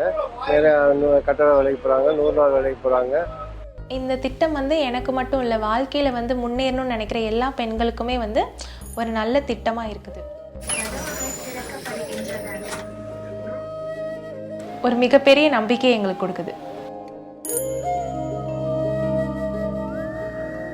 ஒரு பண்டைய கால சீனாவில் ஒரு 2000 வருஷத்துக்கு முன்னாடி ஒரு பழக்க வழக்கம் இருக்கும். என்ன பண்ணுவாங்கன்னா, டெண்டோ அக்கிலஸ் டெண்டன் ஒன்று இருக்கும். அதாவது நம்மளோட நடக்கிறதுக்கான டெண்டன். அது நீங்கள் காலை மடக்கி நிம்மறதுக்கு டெண்டோ அக்கிலஸ் டெண்டன் தான் ஆப்ரேட் ஆகும். அந்த டெண்டோ அக்கிலஸ் டெண்டன் என்ன ஆகுனா, சீனாவில் பெண்களுக்கு கல்யாணம் பண்ணும்போது அந்த டெண்டனை வெட்டிடுவாங்க. சீன பெண்களுக்கு அது ஒரு முறை. பேசிக்கலாக என்னென்னா, பெண்களோட மொபிலிட்டியை வந்து ரெஸ்ட்ரிக்ட் பண்ணும். ஸோ அந்த மாதிரி ஒரு சடங்கு என்ன பண்ணுன்னா, பெண்கள் வீட்டோடு இருக்கிறதுக்காக இந்த முயற்சியை பண்ணுவாங்க. அப்போ மொபிலிட்டி என்பது பெண்களோட மொபிலிட்டியை ரெஸ்ட்ரிக்ட் பண்ணுறது தான் ஒரு ஆணாதிக்க சொசைட்டியோட மையக்கூறாக இருக்கும். அடுப்பூதும் பெண்களுக்கு படிப்பதற்கு சொன்ன விஷயங்களும் இந்த மொபிலிட்டி ரெஸ்ட்ரிக்ஷன் தான் பார்க்கலாம். பெண்களுக்கு எதுக்கு கல்வி கொடுக்கணும் அப்படின்னு சொல்கிறது தான் பார்க்கலாம். ஸோ உலகத்தில் இருக்க அனைத்து சமூக செயற்பாட்டாளர்களும் சமூகத்துக்காக வேலை செஞ்சவங்களாம் பெண்ணோட விடுதலையும் பெண் கல்வியை பற்றி தான் பேசுவாங்க. ஏன்னா அவங்களுக்கு தெரியும், பெண்ணோட விடுதலையும் பெண் கல்வியும் கொடுத்தா தான் அந்த சமூகம் வளர்ந்த சமூகமாக நிர்ணயிக்கப்படணும் என்ற ஆழமான கருத்து உலகெங்கும் நடந்த புரட்சிகள்லையும் உலகம் எங்கும் நடந்த மாற்றங்களையும் இருக்குது. அப்போ இந்த மொபிலிட்டின்னு வரும்போது திராவிடியன் மாடல் கவர்னன்ஸ், திராவிட மாடல் ஆட்சி வந்து தமிழ்நாட்டு முதல்வரோட முதல் கையெழுத்து. அவர் ஆட்சி பொறுப்பேற்ற பெண் வந்து விடியல் பயணம். அப்போ இது ஒரு ரோல் மாடல் ப்ரோக்ராம். இது இந்த கான்செப்டே தெரியாமல் இதுக்கு ஆணுக்கும் டிக்கெட் கொடுக்கணும் அப்படின்னு சொல்கிறதெல்லாம் வேடிக்கையான பேச்சு. ஏன்னா இங்கே வந்து இந்த விடியல் பயணம் என்பது ஆணாதிக்க சமூகத்திலேருந்து பெண்களை விடுவிப்பதுக்கான ஒரு முற்போக்கு தனத்தில் தமிழ்நாட்டு முதல்வர் வழங்கிய திட்டம் இது. புதுமை பெண் திட்டம் அப்படின்னு சொல்லும்பொழுது நம்ம மனசில் தோன்றது எப்படின்னா, பல பேர் கேட்குறதும் இத்தனை ஸ்காலர்ஷிப்ஸ் இருக்குது. அரசு மூலியமாக கொடுக்குற ஸ்காலர்ஷிப்ஸு, பலவிதமான டிபார்ட்மெண்ட்ஸ் துறைகள் மூலியமாகவும் பலவிதமான இந்த மாதிரி ஒரு ஸ்காலர்ஷிப் கொடுக்கும்போது ஏன் மீண்டும் அரசு வந்து 1000 ரூபா ஒரு பெண் குழந்தைகளும் 6லேருந்து 12 அரசு பள்ளியில் படிக்கிற பிள்ளைங்களுக்கு கொடுக்கணும் என்கிற ஒரு கேள்வி வந்து சாதாரணமே வந்து மக்கள் கேட்பதற்கு வாய்ப்புகள் உண்டு. ஆனால் ஒரு பாரதி விலக்கி அந்த பெண் மாதிரி ஒரு பெண் குழந்தை வளரணும் அப்படின்னா கல்வி வந்து ஒரு முக்கியமான ஆயுதம். அப்போ அந்த கல்வி முக்கியமான ஆயுதம் வரும்போது சில குழந்தைங்களுக்கு வந்து பள்ளிக்கு அப்புறம் மேற்கல்வி போகும்பொழுது பல குடும்பங்களில் சில சிக்கல்கள், சில கஷ்டங்கள். அதே நேரத்தில் வந்து இன்னும் வந்து இந்த கலாச்சார ரீதியாக பார்த்திங்கன்னா பெண் குழந்தைங்களை வந்து மேற்கொண்டு படிக்க வைக்கணுமா வைக்கக்கூடாதா, சிறு வயதிலே திருமணம் பண்ணி கொடுத்துடணும், ஏன்னா வசதி கிடையாது. இருக்காங்க வீட்டில் குழந்தைங்க, அப்போ ஆண் குழந்தைக்கு வந்து செலவு பண்ணணும், பெண் குழந்தைக்கு செலவு பண்ண வேண்டாங்கிற பல கருத்துக்கள் பல இடங்கள் இன்னும் இருக்கிற இந்த காலகட்டத்தில் எல்லா பெண் குழந்தைங்களும் படிக்கணும், அவங்கள வந்து ஊக்க வைக்கணுங்கிற ஒரு காரணத்துக்காக தான் மாண்புமிகு முதலமைச்சர் வந்து இந்த மாதிரி வந்து குழந்தைகளை வந்து ஊக்க வைக்கணும்னா அவங்களுக்கு ஒரு கேஷ் இன்சென்டிவ் இருந்தால் தான் அவங்களால படிக்க முடியும். என் பேர் ஃபாத்திமா அஃப்னா. நான் கவர்மெண்ட் ஆர்ட்ஸ் சயின்ஸ் காலேஜில் உமன்ஸ் காலேஜில் 3rd இயர் படிக்கிறேன், பிகாம் படிக்கிறேன். அப்பா வந்துட்டு துணி கடை வேலை பார்க்குறாங்க, அம்மா வந்துட்டு ஹவுஸ் ஒய்ஃபாக இருக்காங்க. அண்ணாங்க 2 பேரும் காலேஜ் முடிச்சுட்டு ஒர்க் போகிறாங்க. என் பேர் நஜீர் முகமது.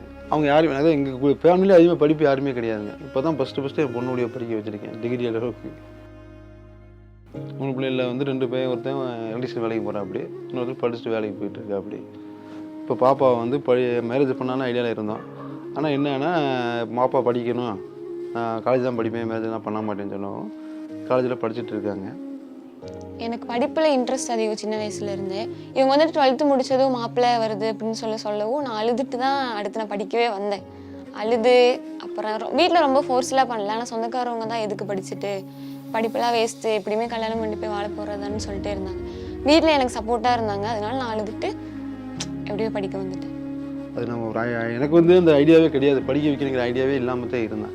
ஆனால் லாஸ்ட்டில் இப்போ படிக்க வைக்கும் போது நம்மளுடைய ஆர்வங்கள் நமக்கு அதிகமாக இருக்குது. பிள்ளைய படிக்கும் போது அந்த பிள்ளை நம்ம இன்ட்ரெஸ்ட்டாக படிக்கும்போது நமக்கு ஒரு ஆர்வம் அதிகமாக இருக்குது. சரி படிக்க வைக்கணும், இன்னொன்று படித்து ஏதாவது வேலை வாங்குற மாதிரி படிக்க வைக்கணும் கூட ஆர்வம் அதிகமாகிடுச்சு. இப்போ தான் அந்த ஒரு வருஷமாக ஜவுளி கடைக்கு இப்போ இங்கே வந்து நான் போயிட்டுருக்கேன். அதுக்கு முன்னாடி பெயிண்டிங் வேலை தான் போயிட்டுருக்கேன். அன்றைக்கெல்லாம் வந்து பெயிண்டிங் 2 நாள் வேலை இருக்கும், 4 நாள் வேலை இருக்காது. அப்புறம் காசு இல்லாமல் இருக்கும். ஒரு நாள் காலேஜுக்கு போகிற அளவுக்குலாம் பைசா கொடுக்குற அளவுக்குலாம் இருந்தோம். சில பேர் வீட்டில் வந்துட்டு அதை வேண்டாம், கல்யாணம் பண்ணி வச்சு அவங்க கடமை முடிஞ்சிடும் அப்படின்ற மாதிரி யோசிச்சு படிக்க வைக்கிறது இல்லை. அதே பசங்க படித்தாங்கன்னா அவங்க ஃபேமிலி நல்லாயிருக்கும், அவங்க தான் குடும்பத்தை பார்த்துப்பாங்க அப்படின்னு நினச்சிக்கிறாங்க. அதனாலே வந்துட்டு பெண்களை படிக்க வைக்கிறவங்க ரொம்ப கம்மியாக இருக்குது. ஆனால் இந்த மாதிரி திட்டத்து மூலமாக அவங்க காசு தரனால அதை வந்துட்டு வச்சுட்டு எங்களால் படிக்க முடியுது சார். படிமான்னு நாங்கள் இது வரைக்கும் சொன்னது கிடையாது. சொல்லி அந்த பிள்ளை ஆர்வமாக எடுத்து அதான் படிக்கிறாங்க. அதனால் இப்போ திருப்பி இந்த முடிச்சுட்டு திருப்பி படிக்கணுங்கிறாங்க, காலேஜ் போகணுங்கிறாங்க. திருப்பி படிக்கணும்னு ஆர்வம் எனக்கு இருக்குது. நான் காலேஜ் ஃபஸ்ட் இயர் போனப்பவே புதுமை பெண் திட்டம் வந்துருச்சு. அப்போவே நான் அப்ளை பண்ணேன், எனக்கு அப்போவே சாங்ஷன் ஆகி வந்துருச்சு. அது வந்துட்டு எனக்கு 1000 ரூபா வர்றது ரொம்ப யூஸ்ஃபுல்லாக இருக்குது.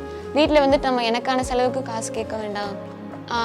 கவர்மெண்ட்லேருந்து வர அந்த புதுமை பெண்லேருந்து வர 1000 ரூபா வச்சு எனக்கு தேவையான செலவுகளை நானே பண்ணிகிட்டு இருக்கேன். இப்போ வந்து இந்த பஸ் ஃப்ரீனால டெய்லி நம்மள்ட்ட கேட்குறதில்ல, காசு கேட்குறதில்ல, எதுவும் கேட்குறதில்ல. டக்குனு வந்து காலை 7:30க்கெலாம் கிளம்பிடுவாப்பில்லம்மா. இவ்வளோ ஹெல்ப் பண்ணுறதுனால தான் இப்போ பிள்ளைய படிக்க வச்சுருக்கேன். நானே படிக்க வைக்க முடியாமல் தான் இருந்தேன்.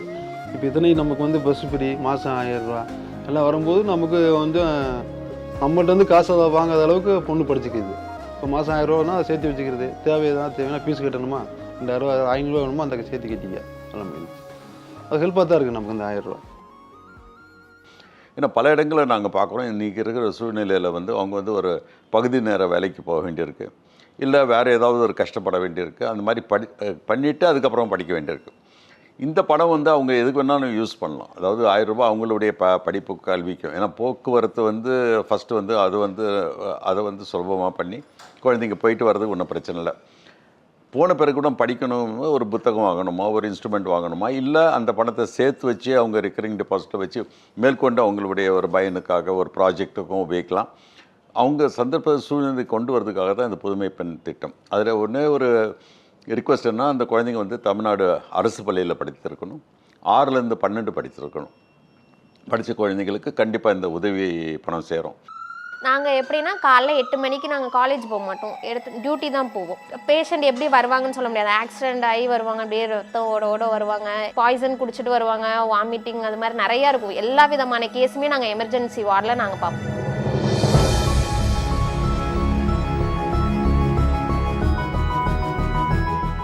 நாங்கள் தான் ஃபஸ்ட்டு பேஷண்ட்டை அட்டென்ட் பண்ணுவோம். நாங்கள் அட்டென்ட் பண்ணுவோம், எங்களுக்கு டாக்டர்ஸ் வந்து இன்ஸ்ட்ரக்ஷன்ஸ் கொடுப்பாங்க. என் பேர் வைஷாலி. நான் புதுக்கோட்டை மெடிக்கல் காலேஜில் accident and emergency care technology படிச்சுட்ருக்கேன். அம்மா வந்து ஹவுஸ் ஒய்ஃபாக தான் இருக்காங்க. அப்பா வந்து டிரைவர் வேலை பார்க்குறாங்க. என் கூட பிறந்தவங்க ஒரு அக்கா, 3 தங்கச்சி. எல்லாருமே கவர்மெண்ட் ஸ்கூலில் தான் படித்தோம். ஸ்கூல் படிக்கிற வரையுமே எப்போவுமே அப்பா தான் எல்லாமே. எங்கள் எல்லாருக்குமே அப்பா மட்டும்தான் வெளியே சம்பாதிக்கிறது, அவங்க எங்களுக்கு செலவு பண்ணுறது மட்டும்தான். அக்காவும் காலேஜ் படிக்கிறாங்க. காலேஜ் படிக்கையில் ஹாஸ்டலில் இருந்தாங்க. அவங்களுக்கும் செலவுக்கு அப்பா அமௌண்ட் அனுப்பணும். இங்கே எங்களுக்கும் புக்ஸு, நோட்ஸு, அது மாதிரி எல்லாமே அப்பா எங்களுக்கு செலவு பண்ணணும். கொஞ்சம் கஷ்டமாக இருக்கும். எதுவாக இருந்தாலும் செய்கிறதுனா யோசிச்சு பண்ணுற மாட்டேங்க இருக்கும். நமக்கே ஒரு பொருள் வாங்கணும்னா காசு இருக்குமா, இருக்காதா, கேட்போமா, வேணாமா அப்படின்னு இருக்கும். காலேஜில் தான் இன்ஸ்ட்ரக்ஷன்ஸ் கொடுத்தாங்க. காலேஜில் வந்து ஆஃபீஸ் ரூம்லேருந்து மேம் இன்ஃபார்ம் பண்ணாங்க, இந்த மாதிரி கவர்மெண்ட் ஸ்கூலில் படித்தவங்க 6th to 12th கவர்மெண்ட் ஸ்கூலில் படித்தவங்க வந்து புதுமை பெண் ஸ்கீமுக்கு வந்து அப்ளை பண்ணலாம். அப்ளை பண்ணி எனக்கு இப்போ வந்து ஸ்கீமில் வந்து அமௌண்ட் ஏறிட்டுருக்கு. எனக்கு மாதம் கரெக்டாக ஒரு 10 இல்லை 12 அந்த டேட்டுக்குள்ளே எனக்கு அமௌண்ட் ஏறிடும். எனக்கு மட்டும் இல்லை, அக்காவும் காலேஜ் படிக்கையில் புதுமை பெண் ஸ்கீமில் அவங்களுக்கும் அமௌண்ட் ஏறிச்சு. இந்த அமௌண்ட் வச்சு நான் அப்பா அம்மா வெட்டிங் டேக்கு வந்து கேக் வெட்டினேன். அவங்க ரொம்ப ஹாப்பி ஆகிட்டாங்க. நான் வந்து அவங்க எதிர்பார்க்க மாட்டாங்க எதுவுமே. நான் கேக்கு வாங்கிட்டு வந்தோடனே சர்ப்ரைஸ் ஆகிட்டாங்க. ஏமா இதெல்லாம் செலவு பண்ணுவேன், விடுங்க ஒரு வாட்டி தானே வரும், ஒரு வருஷத்துக்கு ஒரு நாள் வர்றது, அதில் பண்ணுவோமே அப்படின்னு சொல்லிட்டு அப்படி வைக்கும். இப்போ பேஷண்ட் கிட்ட நாங்கள் போகையில் வந்து எங்களுக்கு செல்ஃப் சேஃப்டி ப்ராடக்ட்ஸ் நிறைய தேவைப்படும். எப்போ என்ன கையில் படும், இப்போ க்ளவுஸ்லாம் நாங்கள் போட்டோம்னா கை ஃபுல்லாக அப்படியே வெள்ளையாக மாவாக ஆயிரும், சாப்பிடக்கூட முடியாது, அப்படியே ஒரு மாதிரி ஸ்மெல் அடிக்கும். இப்போ ஹேண்ட் வாஷ் வந்து கம்பல்சரி எங்களுக்கு தேவைப்படும். அந்த எனக்கு தேவைப்படுறது எல்லாமே வந்து இப்போ ஹேண்ட் வாஷ் முடிஞ்சிருச்சுன்னா நான் இப்போ அந்த காசை வெயிட் பண்ணுவேன். புதுமை பெண் காசு வந்தோடனையும் நான் ஹேண்ட் வாஷ் வாங்கி வச்சுக்குவேன். இப்போ வந்து இந்த 1000 ரூபாய் ஏறிச்சுன்னா, பா எனக்கு இது தேவைப்படுதுப்பா நான் வாங்கிக்கட்டுமா அப்படின்னு கேட்பேன். வாங்கிக்கப்பா அப்படின்பாங்க, நான் வாங்கிப்பேன். அவ்வளோதான். சந்தோஷமாக இருக்கும். நல்ல வேலை இந்த வீட்டில் வந்து நம்ம தொலை பண்ணல, நமக்கு வேணுன்றதை நம்ம பார்த்துக்குறோம், அதுக்கு இந்த அமௌண்ட் யூஸ்ஃபுல்லாக இருக்குது. இந்த உதவி பணம் அப்படின்னு சொல்கிறது வந்து உதவின்னு சொல்ல மாட்டேன் நான். ஒரு அரசுடைய கடமை. எந்த ஒரு நல்ல அரசு இருந்துச்சுன்னா அரசுடைய கடமை வந்து ஒரு நல்ல உணவு, நல்ல கல்வி, நல்ல இந்த மாதிரி சுகாதார பழக்கங்களை கொடுக்க வேண்டிய ஒரு கட்டாயம்தான். அந்த கட்டாயத்தை வந்து தமிழ்நாடு அரசு வந்து சிறப்பாக செஞ்சுருக்கிறாங்க. இதனால் பல குழந்தைங்களுக்கு உதவி கிடைச்சது. என் பேர் நித்யா, நான் வால்பாறையில் இருக்கேன். என் கணவர் பேர் பிரதாப்குமார். என் பிள்ளைங்க 2 பேர், நிகில், நிவின். ஒருத்தன் 8th படிக்கிறான், ஒருத்தன் 4th படிக்கிறான். 2007 நான் +2 முடித்தேன். அதுக்கப்புறம் என்னால் வந்து படிக்கிறதுக்கு முடியாதனால, பணம் கட்டி எங்கள் வீட்டில் படிக்க வைக்கிறதுக்கு முடியாதனால வந்து நான் என்ன பண்ணிட்டேன், வேலைக்கு ஜாயின் பண்ணிட்டேன். வேலை செஞ்சு ஒரு 7 வருஷமாக வேலை செஞ்சுட்டு இருந்தேன். அதுக்கப்புறம் வந்து 2011 மேரேஜ் ஆச்சு. மேரேஜ் ஆகி முடித்த ஒரே வருஷம் தான் எங்களோட மேரேஜ் லைஃப் நல்லா இருந்துச்சு. மறுபடியும் பெரியவன் பிறந்து அந்த 1.5 வயசுலேயே வந்து என் வீட்டுக்காரருக்கு வந்து உடம்பு சரியில்லாமல் ஆயிட்டாரு. வீட்டில் வந்து அவரை கொஞ்சம் ரெடி பண்ணுறக்கு ஆள் வேணும், ஒருத்தர் தூக்க பிடிக்க ஆள் வேணுங்கிறதுனால வந்துட்டு நான் வந்து வீட்டில் இருக்க வேண்டிய சூழ்நிலை ஆயிடுச்சு. மறுபடி வீட்லேயே இருந்து சரி மாடு இருக்குது, ஆடு இருக்குது, அதையவே நம்ம மேனேஜ் பண்ணிக்கலாம், இவங்களே பார்த்துட்டு நம்ம வேலைக்கு போய் வீட்டுக்கு வந்துட்டு மறுபடியும் வீட்டு வேலைகளை பார்க்க முடியாதுன்னு சொல்லிட்டு அந்த மாடு ஆடுகளையே நான் பார்த்துட்டு கொஞ்ச நாளைக்கு வீட்டில் இருந்தேன். வீட்டில் இருந்த இதில் தான் வந்து ஐடிஐ வந்து அறிமுகமாச்சு 2023. அதனால நான் என்ன பண்ணினேன், எனக்கு படிப்பில் ஒரு இன்ட்ரெஸ்ட் இருக்குது, எப்போவுமே இருக்கும்.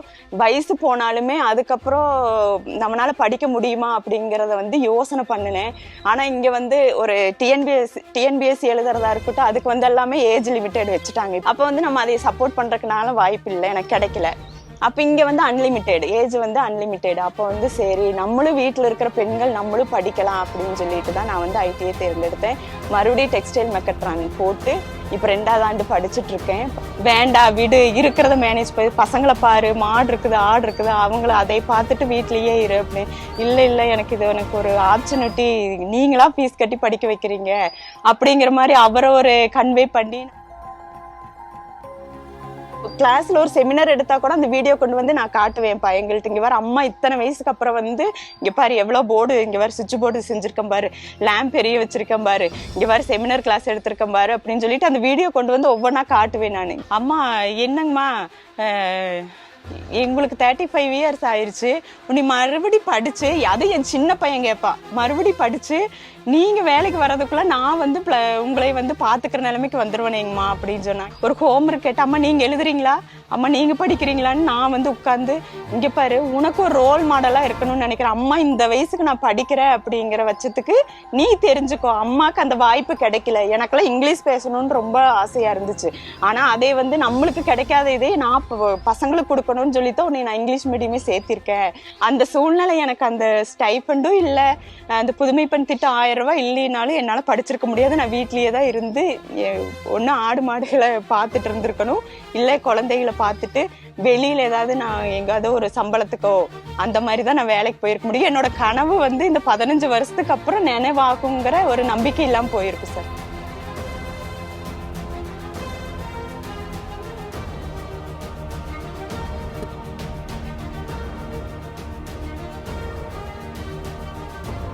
ஒரு சிறந்த அரசுடைய கடமை ஒவ்வொரு பெண் குழந்தையும் நன்றாக படித்து வாழ்க்கையில் முன்னுக்கு வரணும். இந்த வாழ்க்கையில் முன்னுக்கு வரணும் அப்படிங்கிற ஒரு கட்டாயம் வரும்போது அவங்களுக்கு வந்து என்ன தான் வசதி இருந்தாலும் வசதி இல்லைனாலும் அந்த குழந்தைங்களுக்கு வந்து ஒரு மாதத்திற்கு ஒரு 1000 ரூபாய் வருது அப்படின்னு சொல்லும்போது அந்த 1000 ரூபாய் வந்து வெறும் அவங்களை வந்து இந்த வீண் செலவு கிடையாது. அவங்க ஒவ்வொரு மாதத்துக்கும் தேவைப்படுற பல பொருட்களும் வாங்கலாம், புத்தகங்களும் வாங்கலாம். இல்லை ஒரு சிறந்த குழந்தை படிச்சுட்டு இருக்க அவங்களுக்கு வந்து ப்ராஜெக்ட் அப்படின்னு வருதுன்னா அந்த பணத்தை சேர்த்து வச்சு கூட ஒரு அருமையான ப்ராஜெக்ட் செய்ய முடியும். வாழ்க்கையில் பல காரணங்கள் பண்ண முடியும். அதே நேரத்தில் வந்து சில இடங்களில் குழந்தைங்களுக்கு வசதி இல்லை. அவங்க வந்து ஒரு வேலைக்கு போயிட்டு வராங்க, பகுதி நேர வேலைக்கு போயிட்டு வந்து திரும்பி எதையும் பண்ணணும் இல்லை, பாசிபிள் குடும்பத்துக்கே அது வந்து ஒரு செலவு கூட அவங்க உபயோகிக்கிறதுக்கு ஒரு வாய்ப்பு உண்டு. அவங்க வேலைக்கு போயிட்டு காசு கொடுக்க பதிலாக இந்த காசை அவங்க கொடுத்து குடும்பத்தை பாதுகாக்க வாய்ப்புகள் உண்டு.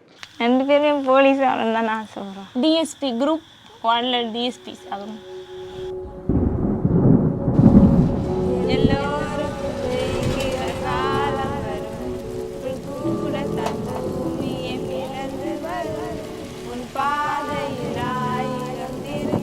என் பேர் வீதி ஜெஸ்டி. என் பேர் தேவிஸ்டி. நாங்கள் 2 பேருமே திருச்சி டிஸ்ட்ரிக்டில் தான் இருக்கோம்.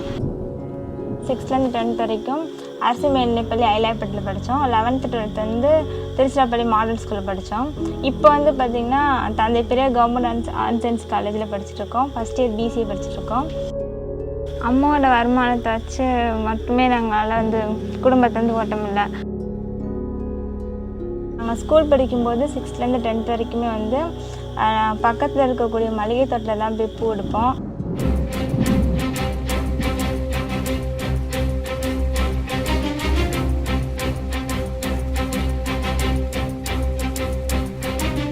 ஒரு வாரம் வந்து 500 ரூபா அந்த மாதிரி கிடைக்கும்.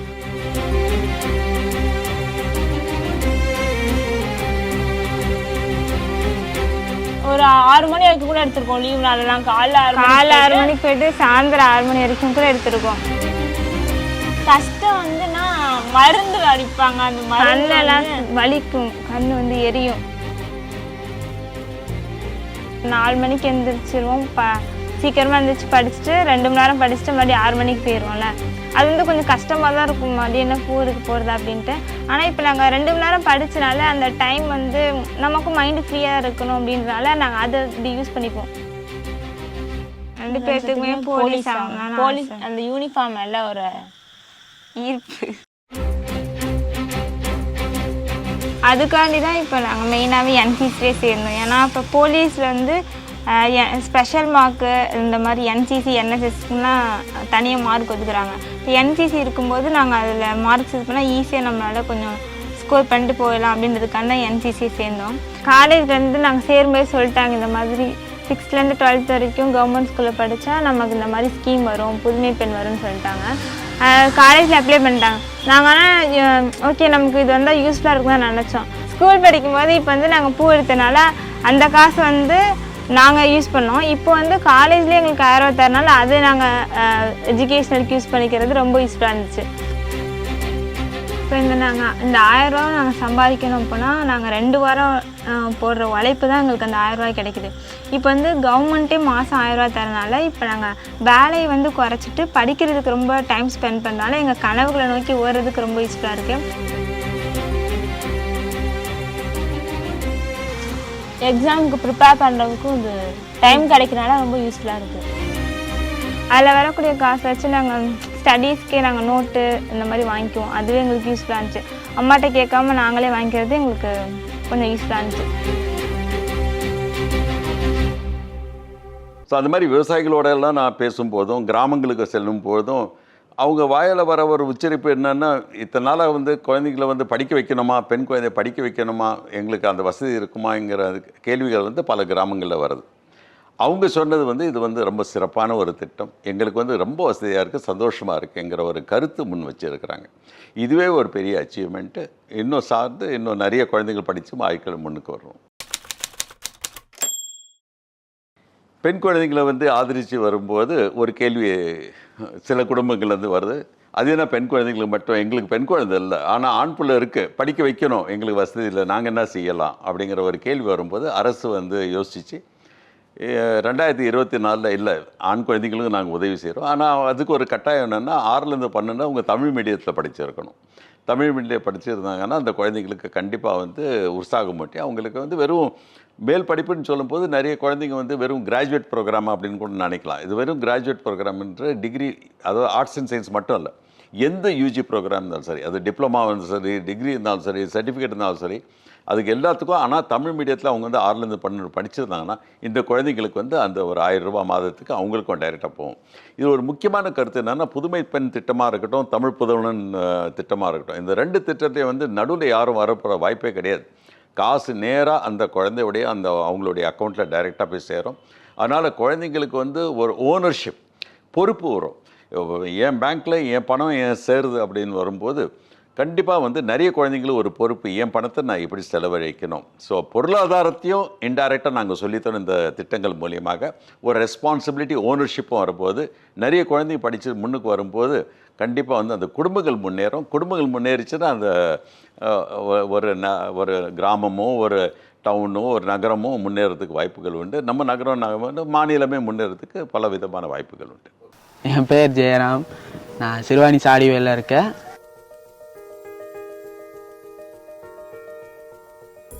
கோவை கலைமகள் காலேஜில் 3rd இயர் பிகாம் சிஏ படிச்சுட்டு வரேன். எங்கள் அம்மா பேர் கவிதா, ஃபாரஸ்ட்டில் கூலி வேலை பார்த்துட்ருக்காங்க. பர்மனெண்ட்டெல்லாம் கிடையாதுங்க, கூலி வேலை தான். ஒரு நாளைக்கு வந்தால் 380 ரூபா கூலி தாங்க. ஏன்னா நான் லீவ் போட்டு ஏதோ லீவ் உடம்பு சரியில்லாத லீவ் இருந்தாலும் நம்மளுக்கு சம்பளம் கொடுக்க மாட்டாங்க. அதை வச்சுட்டு தான் நான் அந்த 3 பசங்களையும் ஜமாளித்து எப்படியோ கஷ்டப்பட்டு வேலை செஞ்சிட்ருக்குறேங்க.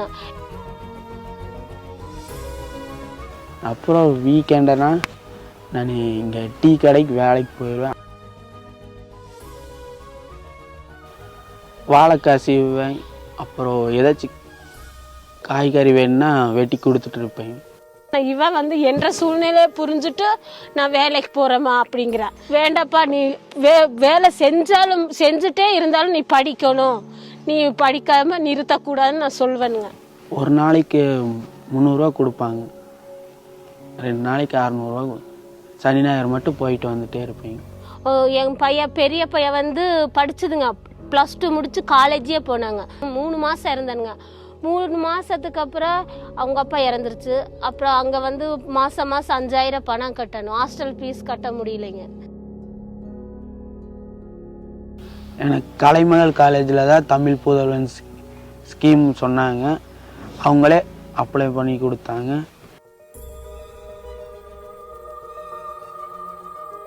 அப்புறம் மாதமான 1000 ரூபா என்னோடய அக்கௌண்ட்டுக்கே வந்து சேர்ந்துருங்க. இப்போ தமிழ் புதல்வன் பணம் வர்றதுனால நான் இப்போ டீ கடைக்கு வேலைக்கு போகிறத கொஞ்சம் கம்மி பண்ணிவிட்டு படிக்கிறதுக்கு கொஞ்சம் டைம் ஸ்பெண்ட் பண்ணிட்டுருக்கிறேன். நான் நிறைய ப்ரைவேட் இன்ஸ்டிடியூஷன்ஸ் பற்றி எனக்கு நல்லா தெரியும். எல்லா இடத்துலையுமே படிக்கிறவங்க ரொம்ப கஷ்டப்பட்டு தான் படிக்கிறாங்க.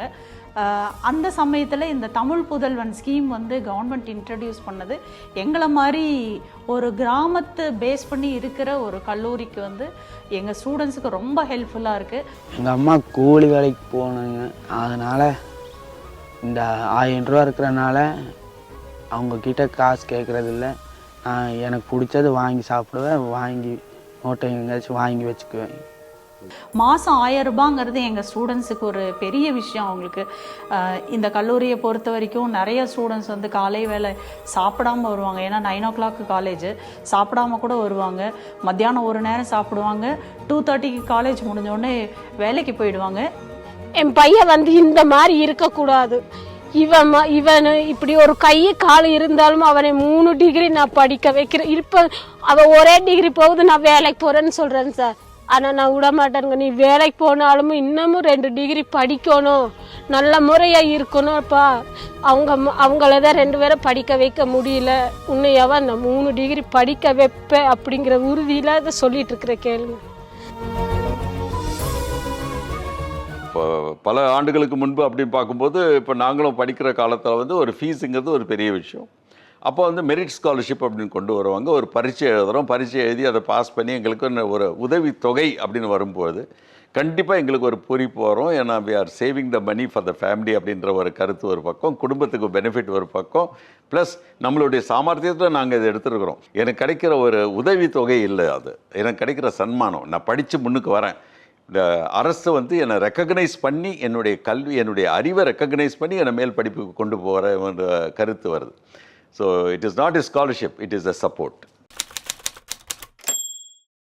இப்போ தமிழ்நாட்டை பொறுத்த வரைக்கும் நான் முதல்வன் ஸ்கீம்ங்கிறது வந்து ஒரு செகண்ட் ஜெனரேஷன் ரீஃபார்முக்கு உண்டான ஒரு ஸ்கீமாக தான் நான் பார்க்குறேன். அது ஏன் அப்படி சொல்கிறேன்னு பார்த்தீங்கன்னா, இங்கே தமிழ்நாட்டோட பெரிய இப்போது பிரச்சனைங்கிறத விட வந்துட்டு ஒரு சேலஞ்ச் அப்படின்னு பார்த்தோம்னா, 50 விழுக்காடு மாணவர்கள் பள்ளி முடித்து கல்லூரியில் போகக்கூடிய சூழ்நிலைக்கு வந்து கொண்டு வந்துட்டோம். ஆனால் கல்லூரிக்கு போகக்கூடிய மாணவர்கள் அவங்களுடைய வேலை வாய்ப்புகளை வந்து உறுதிப்படுத்துறதுங்கிறது தான் இப்போ செகண்ட் ஜெனரேஷன் சேலஞ்சாக வந்து இப்போ உருவாயிருக்கு. அந்த சேலஞ்ச் அட்ரஸ் பண்ணுறதுக்கு உண்டான ஸ்கீம் தான் நான் முதல்வன் ஸ்கீமாக வந்து நான் வந்து பார்க்குறேன். சின்ன வயசுலேருந்தே அப்பா கடலுக்கு தான் போயிட்டு இருந்தார். அவர் சம்பாதிக்கிறது தான் வீட்டில் ரன் பண்ணிகிட்டு இருந்தோம். இப்போது நான் வேலைக்கு போக ஆரம்பித்து இப்போ நானும் வந்து ஒரு என்னால் முடிஞ்சதை நான் வீட்டுக்கு கொடுக்குறேன்.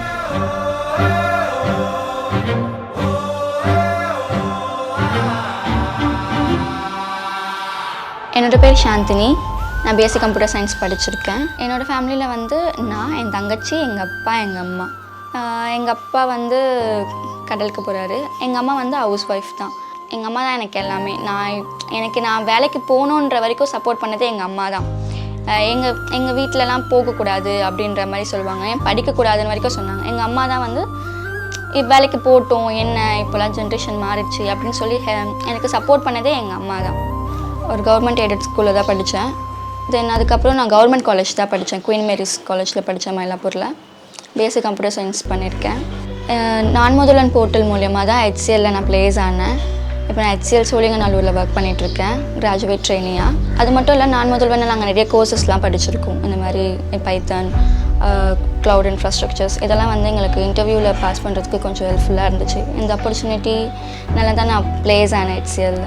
பொதுவாகவே பெருசாக பேச மாட்டேன், பப்ளிக் ஸ்பீக்கிங்னாலே எனக்கு பயம். ஸோ இந்த மாதிரி ட்ரைனிங்லாம், சாஃப்ட் ஸ்கில் ட்ரைனிங் மூலிமா கான்ஃபிடென்ட்டாக எப்படி நம்ம எல்லார் முன்னாலையும் பேசுகிறது, ஒருத்தங்கிட்ட எப்படி கான்வர்சேஷன் வச்சுக்கிறது, இன்டர்வியூஸ்லாம் நம்ம எப்படி அட்டென்ட் பண்ணுறது அப்படின்றதெல்லாம் வந்து அந்த ஸ்கில்ஸில், சாஃப்ட் ஸ்கில்லில் நடந்துச்சு. ஸோ அது எங்களுக்கு ரொம்ப யூஸ்ஃபுல்லாக இருந்துச்சு. எனக்கு ரொம்ப பர்சனலாக யூஸ்ஃபுல்லாக இருந்துச்சு.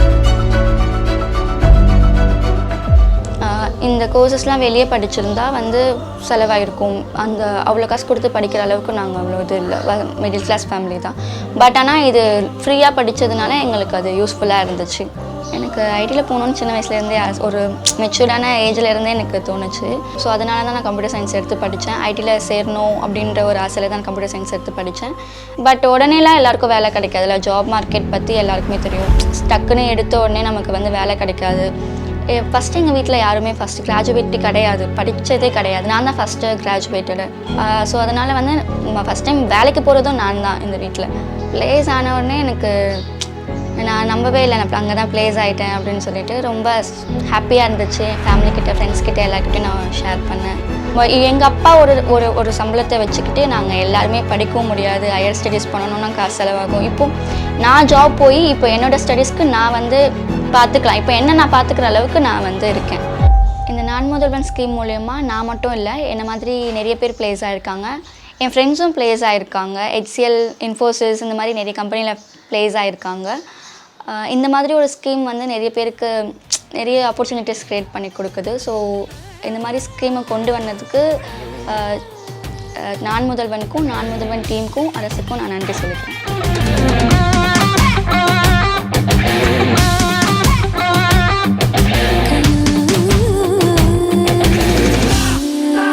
எப்போவுமே வந்துட்டு ஒரு தனியார் நிறுவனங்கள் வந்துட்டு உங்களை ட்ரெயின் பண்ணி மாணவர்கள் ட்ரெயின் பண்ணக்கூடாது. இவங்க ஃபேக்கல்ட்டியை வந்து ட்ரெயின் பண்ணி ஒரு 2-3 வருஷத்தில் வந்துட்டு அதே ஃபேக்கல்ட்டி வந்துட்டு இவங்க என்னெல்லாம் வெளியேன்னு சொல்லித்தராங்களோ அதே விஷயங்களை வந்து மாணவர்களுக்கு சொல்லிக் கொடுக்கக்கூடிய திறனை வந்து உருவாக்குவதுங்கிறது தான் வந்துட்டு இந்த ஸ்கீமோட அடுத்து ரொம்ப முக்கியமான காம்பனண்ட். ஒரு வட்டார ரீதியாக தூத்துக்குடி பக்கத்தில் ஒரு பாலிடெக்னிக் காலேஜில் படித்த ஒரு பொண்ணு நான் முதல்வனில் ஸ்கில் ட்ரைனிங் ஆகி வின்ஃபாஸ் மல்டிநேஷ்னல் கம்பெனியில் வந்து EV மேனுஃபேக்சரிங் கம்பெனியில் வந்து வேலைக்கு சேர்ந்து அங்கே ஒரு கேபின் ஹெட் பண்ணுறாங்க. இதை மாதிரி நான் பல லட்சக்கணக்கான டெஸ்டிமோனியல்ஸ் காட்ட முடியும். ஸோ மொத்தத்தில் 44 லட்சம் பேருக்கு சர்டிஃபைடு ஸ்கில் ட்ரைனிங் ப்ரோக்ராமை நான் முதல்வன் வந்து பண்ணியிருக்காங்க. என்ன பண்ணியிருக்காங்க? ஸோ இண்டஸ்ட்ரியில் இருக்கிற பிளேயர்ஸ், இண்டஸ்ட்ரியில் இருக்கிற கோச்சஸ் எல்லாரும் இன்வைட் பண்ணி, ஸ்டேக் ஹோல்டர்ஸ் மீட்டிங் பண்ணி, எஜுகேஷனல் இன்ஸ்டிடியூஷன்ஸோட மேட்ச் பண்ணி இந்த ஸ்கில் ட்ரைனிங் ப்ரோக்ராம் வந்து ஆரம்பிக்கிறாங்க. என் பேர் ஷமிதா. நான் இங்கே குயின் மேரிஸ் காலேஜில் BCA கம்ப்யூட்டர் அப்ளிகேஷன் படித்தேன். எனக்கு இந்த நான் முதல்வன் ஸ்கீம் மூலயமா HCLல ஜாப் ப்ளேஸ் ஆகிறதுக்கான ஒரு ஆப்பர்ச்சுனிட்டி கிடச்சிச்சு. இப்போ நான் அங்கே கிராஜுவேட் ட்ரைனிங்காக ஒர்க் பண்ணிகிட்ருக்கேன். அம்மா வந்து டைலராக ஒர்க் பண்ணுறாங்க. அப்பாவோட அம்மாவும் அப்பாவும் கனெக்டில் இல்லை. ஸோ அப்பா வந்து எனக்கு ஃபினான்ஷியலாக கடைசியாக சப்போர்ட் பண்ணி ஒரு 3.5 இயர்ஸ்க்கு மேலே ஆகுது. கடைசியாக என்னை பார்த்துக்கிட்டது ஃபுல்லாக வந்து அம்மா மட்டும்தான். அம்மா வந்து டைலரிங் பண்ணி அதுலேருந்து வர அமௌண்ட் வச்சு தான் என்னையும் என் தங்கச்சியும் படிக்க வச்சாங்க. ஐடி வந்து என்னோட பேஷன் ஃபீல்டு, என்னோட ஃபேவரட் ஃபீல்டு. நான் 11th 12th படிக்கும் போது கம்ப்யூட்டர் சயின்ஸ் குரூப் எடுத்து தான் படித்தேன். ஸோ அப்போ உள்ளார வரும்போதே ஐடிக்குள்ளார வரணும், அந்த கிளாஸ் பில்டிங்குள்ளார நம்மளும் போய் ஒரு நாள் உட்காரணும் அப்படின்ற ஒரு ஆசை இருந்துச்சு. நான் முதல்வன் ஸ்கீம் வந்து எனக்கு காலேஜில் இன்ட்ரடியூஸ் ஆச்சு. நான் ஃபஸ்ட் இயர் படிக்கும் போதுலேருந்தே நான் முதல்வன் ஸ்கீம் இருக்குது. லைக் எப்படின்னா நாங்கள் ஒவ்வொரு செம்முக்கும் ஒவ்வொரு டாபிக்ஸ் வந்து நாங்கள் படித்தோம். அதில் ஃபஸ்ட் செம்முக்கு சாஃப்ட் ஸ்கில்ஸ், அதுக்கப்புறம் பைத்தான், அதுக்கப்புறம் ஆரக்கல் சர்டிஃபிகேஷன் அப்படின்னு சொல்லிட்டு ஒவ்வொரு செம்முக்கும் ஒவ்வொரு டாபிக்ஸ் இருக்குது. இப்போ அந்த டாபிக்ஸ்லாம் முடிச்சு லாஸ்ட்டாக நம்ம ஃபைனல் இயர் வரும்போது அதில் அந்த போர்ட்டல் ஒரு ஆப்ஷன் இருக்கும். அடுத்தது வந்து ஜாப்க்காக லுக்கிங் பண்ணுறீங்களா இல்லை ஹையர் ஸ்டடீஸ்க்காக பண்ணுறீங்களான்ட்டு. அதில் நம்ம யாரெல்லாம் அந்த ஜாப் லுக்கிங் ஆப்ஷன் போட்டிருந்தோமோ அவங்க எல்லாருக்கும் வந்து ஜாப் ரிலேட்டட் வந்து நம்மளுக்கு நோட்டிஃபிகேஷன் வந்துட்டே இருக்கும். எங்கே எவ்வளோ வேகன்சி இருக்குது, எங்கே போய் அட்டன் பண்ணலாம் அப்படின்ற மாதிரி. அதில் நான் வந்து லுக்கிங் ஃபார் ஜாப்னு தான் போட்டிருந்தேன். ஸோ அதுக்கப்புறம் HCLல வந்து இன்டர்வியூ வராங்க அப்படின்னு சொல்லி எனக்கு எங்கள் பிளேஸ்மெண்ட் மேம் சொல்லியிருந்தாங்க. ஸோ அதுக்கப்புறம் அங்கே அப்ளை பண்ணி அதுக்கப்புறம் தான் என்னோடய HCL பயணம் ஸ்டார்ட் ஆச்சு. இதே கோர்ஸை நான் வெளியே போய் படிச்சிருந்தேன்னா கண்டிப்பாக 50,000 ப்ளஸ் ஒரு கோர்ஸ்க்கு அப்படின்னு சொல்லி வாங்குவாங்க. ஸோ அதை அஃபோர்ட் பண்ணி படிக்கிற அளவுக்கு ஃபினான்ஷியல் ஸ்டேட்டஸ் எனக்கு அப்போது இல்லவும் இல்லை, என்னால் அப்போ பண்ணவும் முடியல.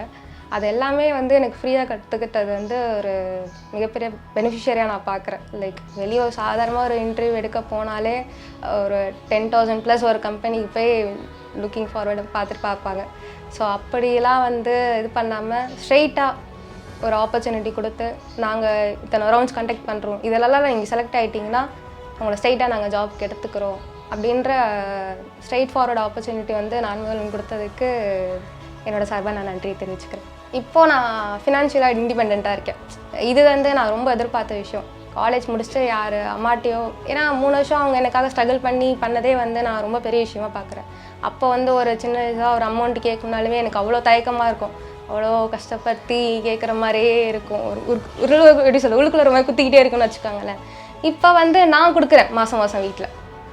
அது வந்து என்னோடய க்ரோத்தாக நான் பார்க்குறேன். நான் ஃபினான்ஷியலாக இண்டிபெண்ட்டாக இருக்குன்னு நினச்சேன். இப்போது என்னால் என் அம்மாவையும் என் தங்கச்சியும் பார்த்துக்க முடியும். என் அம்மாவோட சுமையை கொஞ்சம் குறைக்கிறேன், என் தங்கச்சியை நான் பார்த்துக்கிறேன் இப்போது. ஸோ இந்த மாதிரி ஒரு ஸ்கீமை வந்து இன்ட்ரடியூஸ் பண்ணி அதை எனக்கு என் ஃப்ரெண்ட்ஸ் எல்லாருக்கும் இங்கே இருக்க யங்ஸ்டர்ஸ் எல்லாத்துக்கும் ஒரு ஆப்பர்ச்சுனிட்டி கொடுத்ததுக்கு நான் முதல்வன் டீமுக்கும் தமிழ்நாடு கவர்மெண்ட்டும் என்னோட சார்பாக நான் நன்றியை தெரிவிச்சுக்கிறேன். நாங்கள் இந்த நான் முதல்வன் சர்டிஃபிகேட்டோட வந்து வேலை கிடச்சி போகிறாங்க இல்லைங்களா, எந்தெந்த கம்பெனிஸ்க்கெல்லாம் போயிருக்காங்களோ அந்த கம்பெனிஸில் அங்கே இருக்கிற HR மேனேஜர்ஸோடையும் வந்துட்டு இன்ட்ராக்ட் பண்ணோம். நாங்கள் அவங்க எப்படி பார்க்குறாங்க, இவங்க இந்த மாதிரி சர்டிஃபிகேட்டோட வந்திருக்காங்க, இப்படிப்பட்ட மாணவர்களுக்கும் இதுக்கு முன்னாடி ரெக்ரூட் பண்ண மாணவர்களுக்கும் வித்தியாசம் இருக்கா இல்லையான்ற மாதிரி ஒரு கேள்வி வந்து வச்சுருந்தோம். அப்போ 100% அவங்க சொன்னாங்கனாக்கா கண்டிப்பாக வித்தியாசம் தெரியுது. இவங்க இந்த மாதிரி விஷயங்கள்லாம் முன்னாடி வந்து கேள்வி டக்குன்னு சொல்ல மாட்டாங்க. ஆனால் இப்போ வந்து இந்த அளவுக்கு வந்து அவங்க வந்துட்டு சொல்ல முடியுது அவங்களால, எங்களுக்கு ரொம்ப யூஸ்ஃபுல்லாக இருக்குது அப்படின்ற மாதிரி இண்டஸ்ட்ரி ஆட்களும் வந்து சொல்கிறாங்க. அதுதான் வந்து நமக்கு என்னை பொறுத்த வரைக்கும் அதுதான் பெரிய சக்ஸஸ் நினைக்கிறேன் நான். பேருங்க அண்ணா பெரியார் முத்தமிழின் கலைஞர் கான்செப்ட் என்னென்னா, தமிழ்நாட்டு முதல்வர் என்ன ஃபாலோ பண்ணுறாங்கன்னா, இன்வெஸ்ட்மெண்ட் அப்படின்னு சொல்லும் போது இன்வெஸ்ட்மெண்ட் எதில், human investment in education, investment in health. இது ரெண்டும் நம்ம பண்ணனால தான் ஒரு நல்ல ஒரு ஸ்கில்டு ஒர்க் ஃபோர்ஸ் உருவாக்கிட்டோம். நீங்கள் ஸ்கில் ஒர்க் ஃபோர்ஸ் உருவாக்கிட்டா அவன் செல்ஃப் சஃபிஷியன்சிக்கு ஒர்க் பண்ணிகிட்டே இருப்பாங்க. அப்போ செல்ஃப் சஃபிஷியன்சிக்கு அவன் ஒர்க் பண்ணும்போது தனிச்சையான ஒரு பொருளாதாரம் வரும். ஒரு தனிச்சையான பொருளாதாரம் செல்ஃப் சஃபிஷியன்சி வரும்போது அது கம்யூனிட்டி கான்ட்ரிபியூஷன், ஸ்டேட்டோட கான்ட்ரிபியூஷன் இந்த கண்ட்ரிக்கான கான்ட்ரிபியூஷனாக மாறிடுது. ஸோ வரி கட்டாத ஒரு சமூகத்தை வந்து வரி கட்டும் சமூகமாக மாற்றுறது தமிழ்நாட்டை ஒரு பெரிய ரெவல்யூஷன் பண்ணியிருக்கு. சமூக மருத்துவம் என்ற ஒரு அடிப்படை இருக்குது. அது என்ன சமூக மருத்துவம் நீங்கள் நினைக்கலாம். ஏன்னா ஒரு படிநிலை ஜாதிய சமூகமாக தான் நம்ம வந்து இந்த இந்திய துணைக்கண்டமே இருக்குது. அதுக்கும் மருத்துவத்துக்கும் என்ன சம்மந்தம் என்று கேட்கலாம்.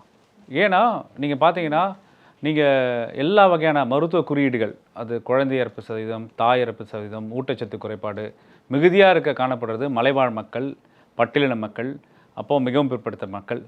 அதே நேரத்தில் நீங்கள் பொருளாதாரத்தில் அதே மாதிரி சமூகத்தில் மேல் ஜாதியினருக்கு அவங்களுக்கு சுகாதார அடிப்படை பார்த்திங்கன்னா அது இந்த மருத்துவ குறியீடுகள் வந்து வளம் வாய்ந்த குறியீடுகளாக இருக்கும். அப்போ இங்கே வந்து கேஸ்ட் கம் கிளாஸ் மட்டும் இல்லை, ரெண்டும் இன்டர்வைண்டாக இருக்கிறது. இப்போ மருத்துவத்துறையில் ஏதாவது ஒரு நம்ம இன்டர்வென்ஷன், அதாவது மருத்துவத்துறையில் நம்ம ஏதாவது ஒரு முன்னெடுப்பு எடுக்கும்போது எந்த திட்டமோ நீங்கள் பார்த்தீங்கன்னா இந்த சமூகத்தன்மையோடு செயல்பட்டால் தான் அந்த திட்டம் சக்ஸஸ் ஆகும். அப்போ அதனால தான் சமூக நீதி அடிப்படையில் நம்ம திராவிட மாடல் என்பது மருத்துவத்துறையும் நம்ம சேர்த்தனால தான் மருத்துவ கல்வி முறையும் மருத்துவ சேவையும் சமூக நீதி அடிப்படையில் செயல்பட்டனால தான் நம்ம பல்வேறு திட்டங்களை வந்து ரொம்ப சக்ஸஸ்ஃபுல்லாக இம்ப்ளிமெண்ட் பண்ண முடியும். இப்போ நீங்கள் வந்து ஒரு கிராமப்புற சூழலில் ஒரு மலைவாழ் பகுதியில் ஒரு வண்டியை பிடிச்சி ஒரு ஆரம்ப சுகாதார நிலையத்துக்கு வந்து அங்கே ஒரு 3 ஹவர் வெயிட் பண்ணி செக் பண்ணிவிட்டு பிபி மாத்திரை ரத்த கொதிப்பு மாத்திரை வாங்கிட்டு வீட்டுக்கு போகிறதுக்கு அன்றைக்கி ஒரு நாள் வாழ்வாதாரம் போயிடுச்சு. இது அவங்க ரெகுலராக வாங்கணும், அவங்க டெய்லி ரெகுலராக சாப்பிட்ணும். அப்போ தான் இந்த மாதிரி பிரச்சனை வரணும் தடுக்கும். ஆனால் ஒரு 5 நாள் மாத்திரை போட்டு அப்புறம் பிரைமரி சென்டர் போகிறதுக்கு நேரம் தள்ளி சில பேர் 1 மாதம் போக மாட்டாங்க, அடுத்த மாதம் போய்க்கலாம் அப்படி வரும்போது நோயோட வீரியம் அதிகமாகி பாதிப்பு உண்டாகும்.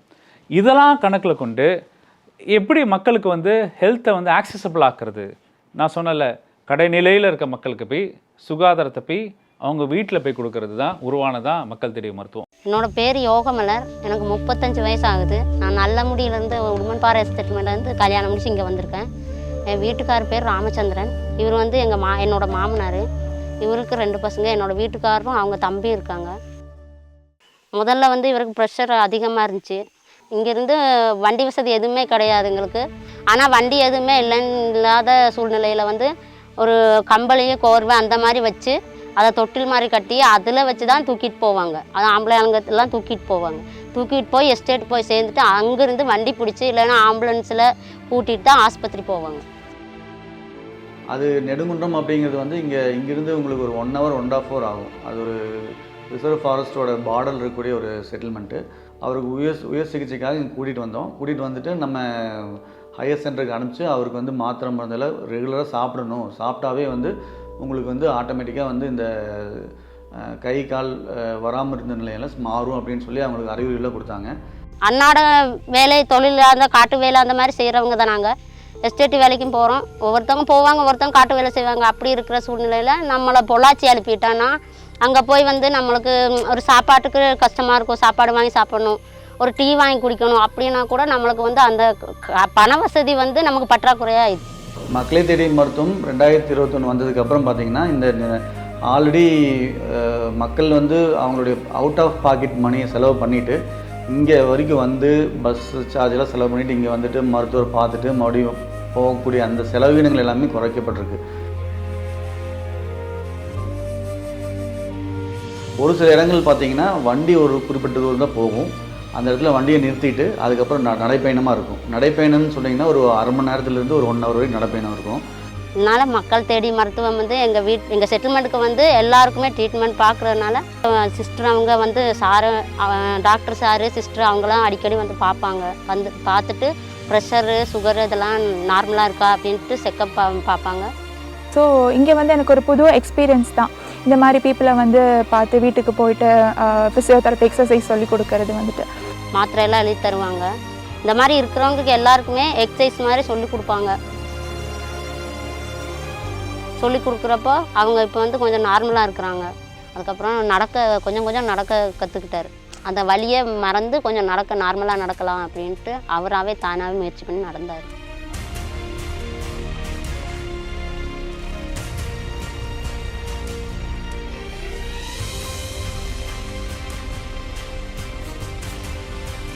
இங்கே வந்து பார்க்குறாங்க, இங்கே வந்து ஊசி போடுறாங்க, மருந்து தராங்க. அதனால எங்களுக்கு வந்து கொஞ்சம் கஷ்டம் இல்லாமல் கொஞ்சம் ரிலீஃபாக இருக்குது. வீட்டில் வந்து பார்க்குறப்ப நம்மளுக்கு அங்கிட்டு போய் கஷ்டப்படுற கஷ்டம் இல்லைங்க. அதனால வீட்டில் வந்து பார்க்குறது தான் நல்லாயிருக்கு. மக்கள் தேடி இதே மாதிரி எப்பயுமே மக்கள் தேடி மருத்துவம் எங்களுக்கு வந்து எல்லா சலுகைகளையும் செய்யணும்னு நான் கேட்குறேன். மக்களை தேடி மருத்துவத்தில் வந்து 2-3 காம்பனண்ட் உண்டு. ஒன்று வந்து 45 வயதுக்கு மேற்பட்ட எல்லாருக்கும் வந்து நம்ம ஸ்க்ரீன் பண்ணுறது. ரெண்டாவது வந்து சர்க்கரை நோய் ரத்த அழுத்தம் உள்ளவர்களுக்கு அவர்களுக்கு மாதம் டெஸ்ட் பண்ணிவிட்டு அவர்களுக்கு மாதம் அவங்க மாத்திரை கொடுக்குறது. அவர்களை 3 மாதத்துக்கு ஒரு முறையோ 6 மாதத்துக்கு ஒரு தேவைப்பட்டால் ப்ரைமரி ஹெல்த் சென்டருக்கு அழைச்சிட்டு வந்து டாக்டர்கிட்ட மறுபடியும் பீரியாடிக் செக் பண்ணுறது, மாத்திரை ஆல்ட்ரு பண்ணணுமா ஆல்ட்ரு பண்ண வேண்டாமா இதெல்லாம் பார்க்குறது. இது ஒரு பக்கம்.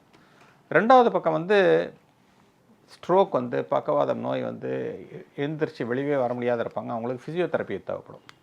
இந்த ஃபிசியோதெரப்பி அவர்களுக்கு வீட்டில் போய் ஃபிசியோதெரப்பி கொடுக்குது. ஏன்னா அவர்களால் வந்து பண்ண முடியாது. ஆகவே ட்ரெயின்டு ஃபிசியோதெரபிஸ்ட்டை அவர்கள் வீட்டுக்கு அனுப்பிச்சு அவங்களுக்கு தேவையான ஸ்பெசிஃபிக் ஃபிசியோதெரப்பி, எல்லாருக்கும் ஒரே ஃபிசியோதெரப்பி தேவைப்படாது, அது உங்களுக்கு தெரியும். ஒருத்தருக்கு ஒரு விதமான ஃபிசியோதெரப்பி தேவை, ஒரு விதமான டியூரேஷன்ஸ் தேவை, பீரியாடிசிட்டி தேவை. இதெல்லாம் வந்து கணக்கு பண்ணி அந்த physiotherapy tailor to that individual patient. சில சமயம் ஒரே ஒரு ஆள் இருக்கலாம், அவருக்காக போவாங்க. ஏன்னா ஹீ மேட்டர்ஸ், அவர் தமிழ்நாட்டினுடைய ஒரு பிரஜை, அவருக்காக தான் இந்த அரசாங்கமே நடக்குது. அதை ப்ரூவ் பண்ணுறது தான் இந்த திட்டமே. அவருக்காகவும் நாம் இருக்கிறோம். மூன்றாவது வந்து கிட்னி ஃபெயிலியர் இருக்கவங்க வந்து அவங்களுக்கு 2 ஆப்ஷன் தான் உண்டு. ஒன்று டிரான்ஸ்பிளான்ட் பண்ணணும், இல்லை டயாலிசிஸ் பண்ணணும். டிரான்ஸ்பிளான்ட் பண்ண முடியாத வயதானவர் இருக்காங்கன்னு வைங்களேன், கூட அவர்களுக்கு வேறு நோய்கள் இருக்குது, அவங்களுக்கு டிரான்ஸ்பிளான்ட் பண்ண முடியாது, அல்லது டிரான்ஸ்பிளான்ட்டுக்கு ஆர்கன் கொடுக்க யாரும் இல்லைன்னு வைங்களேன், அவங்களுக்கு டயாலிசிஸ் தான் பண்ணணும். டயாலிசிஸ் பண்ணணும்னா வாரத்துக்கு 3 தடவை நீங்கள் மருத்துவமனைக்கு வரணும்.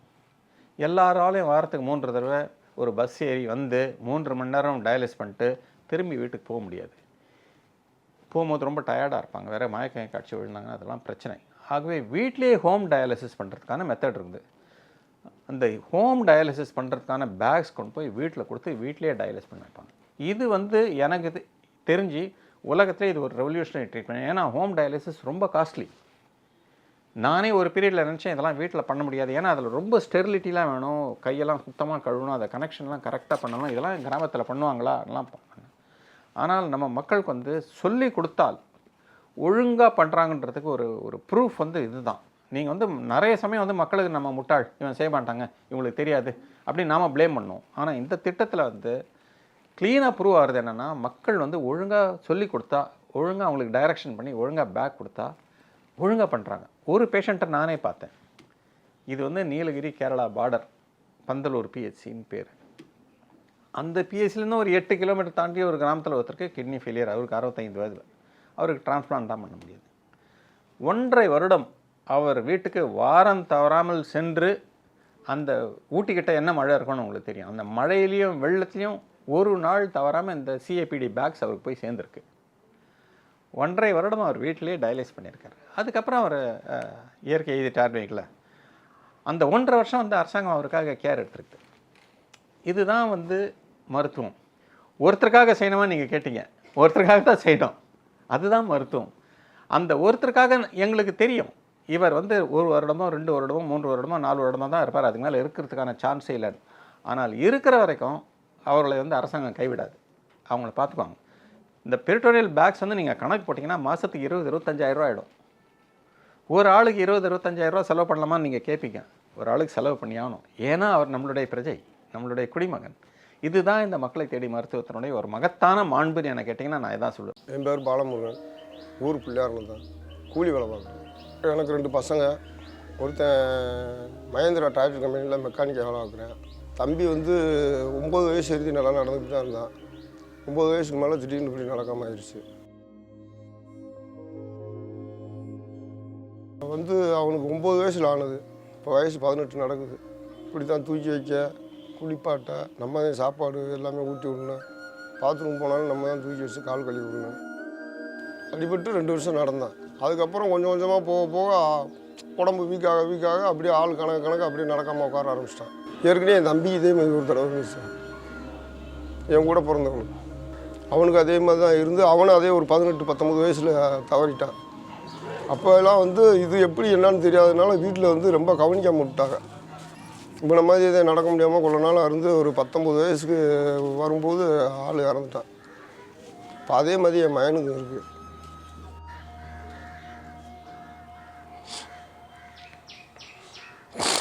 அது நல்லா இருக்கும்போது அவன் வேணும்ன்றதை எந்த கடைக்கு கூப்பிட்றானோ அந்த கடைக்கு கூப்பிட்டு போவேன் சார். அந்த கடையில் கூப்பிட்டு போய் அவன் வேணும்ன்றதை வாங்கி கொடுப்பான்.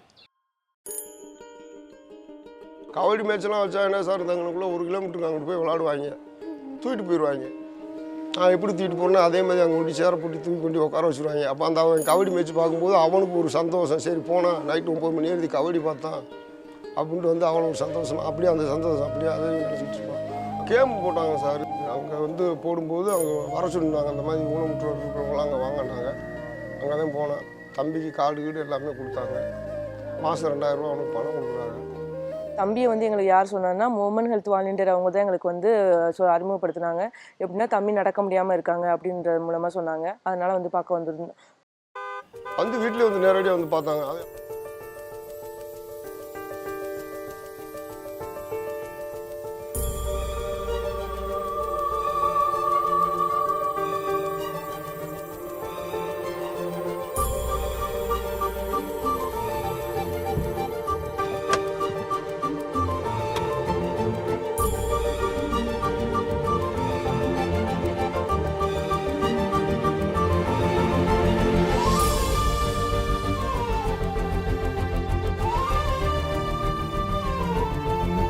பார்த்து அவங்களும் வந்து 2-3 நாள் வந்து எக்ஸசைஸ் எல்லாமே சொல்லி கொடுத்தாங்க.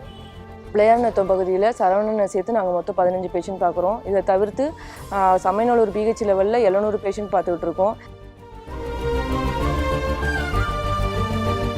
வீடு தேடி வந்து பார்க்குறாங்க, நல்லா தான் பண்ணுறாங்க. மாதம் மாதம் பார்க்கும்போது இந்த மாதம் வந்து தம்பி நடந்துருவானா, அடுத்த மாதம் நடந்துருவானு ஒரு நம்பிக்கையில் இருக்கேன்.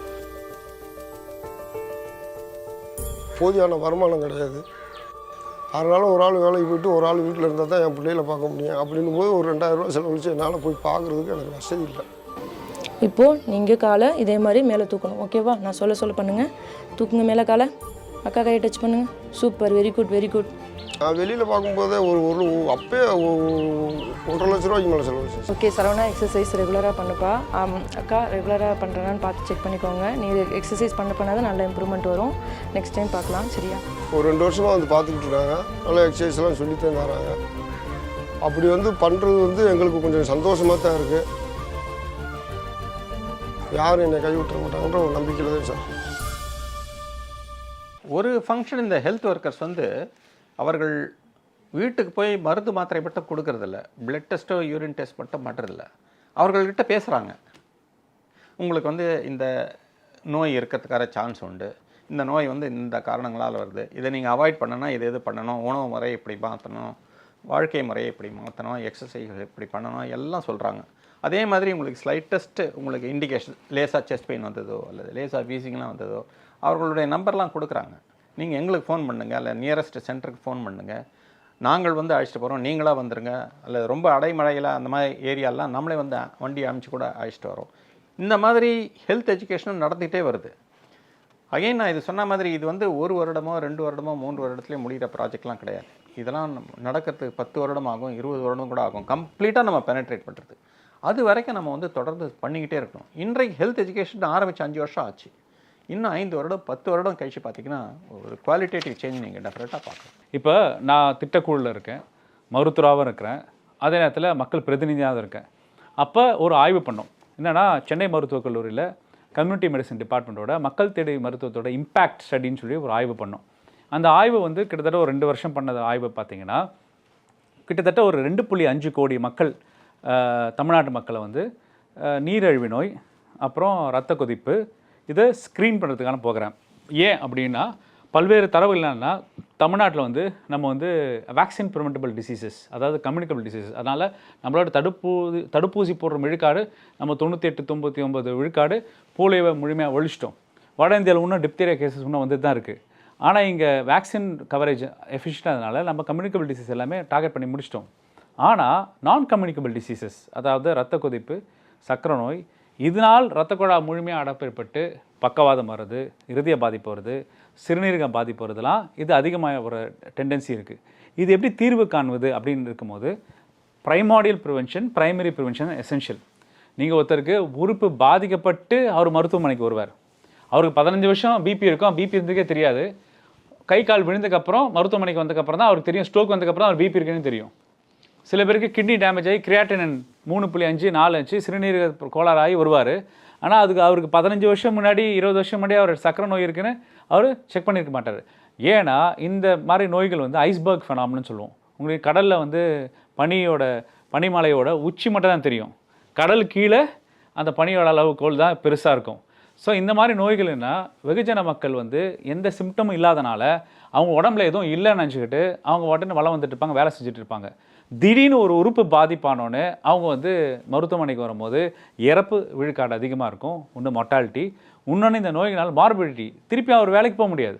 இப்போ ஒருத்தருக்கு கிட்னி, ஒரு அம்மாவுக்கு ஒரு கிட்னி ஃபெயிலியர் ஆச்சுன்னா டயாலிசிஸ் வாரத்துக்கு 3 வேளை போனால் அவங்க வாழ்வாதாரம் எல்லாமே முடிஞ்சு போயிடும்.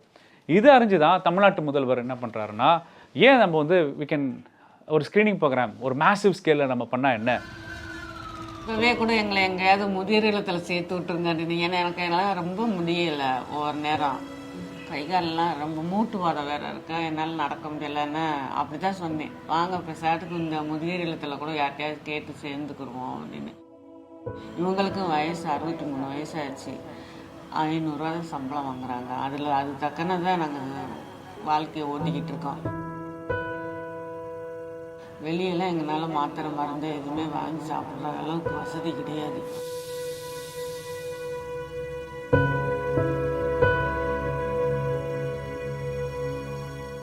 அதுதான் தினம் யோசனையாகவே இருக்கும், ஐயா நம்மளுக்கு யாருமே ஆதரவே இல்லையே அப்படின்னு.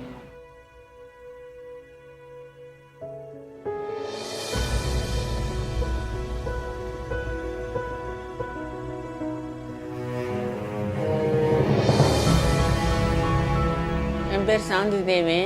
எப்பயும் போல் சிஸ்டர்லாம் இங்கே வந்து செக்கப்புக்கு வருவாங்க, வாரத்துக்கு ஒரு நாள் வந்து பிபி, சுகரு, ப்ரெஷரு எல்லாமே பார்ப்பாங்க. பார்த்துக்கிட்டு இருக்கேன்ல ஒரு நாள் ரொம்ப அந்த கைவலியே அதிகமாகிருச்சு. அப்புறம் இந்த பிஎஸ்சிக்கு இந்த ஆணியர் ஆஸ்பத்திரிக்கு போனோம். அந்த வலிக்கு ஒரு 8 மாத்திரை கொடுத்தாங்க. கொடுத்து உடனே ஆம்புலன்ஸை வர வச்சு எங்களுக்கு பெரியாஸ்பத்திரிக்கு சேர்த்தாங்க. சேர்க்கும்போது அந்த ஹார்ட்டில் அடப்பு இருக்குன்னு டாக்டரெல்லாம் கன்சல்ட் பண்ணாங்க. 2 நாளில் உங்களுக்கு ஆஞ்சியோ பண்ணணும் அப்படின்ட்டாங்க. எல்லா டெஸ்ட்டும் எடுத்துட்டு காப்பீடு திட்டத்தெல்லாம் வச்சுருக்கீங்களான்னு கேட்டாங்க. எல்லாமே இருக்குது சார் அப்படின்னா. அப்புறம் காப்பீடு திட்டத்தில் பண்ணணும். இப்படியாவது காப்பாற்றணுங்கிற இதில் இருந்தோம். ஆனால் அங்கே போன உடனே என்னை கிட்டே விடலை, அவங்களே பார்த்துக்கிட்டாங்க. ஆஞ்சியோ பண்ணி 2 நாளில் சாப்பாடு எல்லாமே அவங்க அரேஞ்ச் பண்ணி கொடுத்துட்டாங்க. சாப்பாடு அங்கேயே நாங்கள் தங்கியிருந்தோம். பெரிய ஆஸ்பத்திரியில் இப்படி ஒரு மருத்துவத்தை நான் பார்த்ததே கிடையாது. ஏன்னா நான் தனியார் ஆஸ்பத்திரியில் போனாலே 3 லட்ச ரூபா செலவாகும். எங்கிட்ட அந்த வசதி எதுவுமே இல்லை. நான் ரொம்ப பயப்படுவேன், நம்ம இல்லைன்னா இவருனால ஒன்றுமே செய்ய முடியாது அப்படின்ற ஒரு பயம் இருக்குது. குழந்தை குட்டி இல்லைன்னாலும் பிள்ளைக்கு பிள்ளைய நம்மளை அனுசரித்த மாதிரி நல்லா பார்த்துக்கிறான். எதுனாலும் இப்போ எனக்கும் எல்லா வியாதியும் இருக்குது, சுகர்லேருந்து எல்லாம் இருக்குது. அதனால் பக்குவமாக பார்த்துக்கிறாங்க. அது இல்லாமல் இல்லை. வியாதி வந்தால் எங்களுக்கு பயம் ஆகிட்டு, பிரிஞ்சு போயிடுவாங்களோ அப்படின்னு பயம் ஆகிட்டு. ஆனால் அந்த ட்ரீட்மெண்ட்டை பார்த்தோன்னா எங்களுக்கு நம்பிக்கை வந்துருச்சு, எனக்கு ஒரு சந்தோஷமாயிட்டு. அதுக்கு முன்னாடியெல்லாம் கவர்மெண்ட்டில் போயிருக்கோம், சும்மா தலைவலின்னு போனால் ஒரு மாத்திரை கொடுப்பாங்க, அவ்வளோதான். ஆனால் இங்கே மாதம் இன்னும் டெஸ்ட்டுக்கு வர சொல்லி உடம்புக்கு ஆரோக்கியமாக நல்லா இருக்கும். எனக்கு உயிர் பிச்சை கொடுத்து இது பண்ணிட்டாங்கல்ல, அதே ஒரு பெரிய தாக்கம் கிடையாது. இதுவரை என் லைஃப்பில் எத்தனையோ வருஷம் ஆச்சு, எத்தனையோ ஆட்சிகள் நான் பார்த்துருக்கேன். இப்படி ஒரு ஆட்சியை நான் பார்த்ததே கிடையாது. இங்கே ஜிஹெச்சில் வாங்குற மாத்திரை மருந்து தான் சாப்பிட்டு.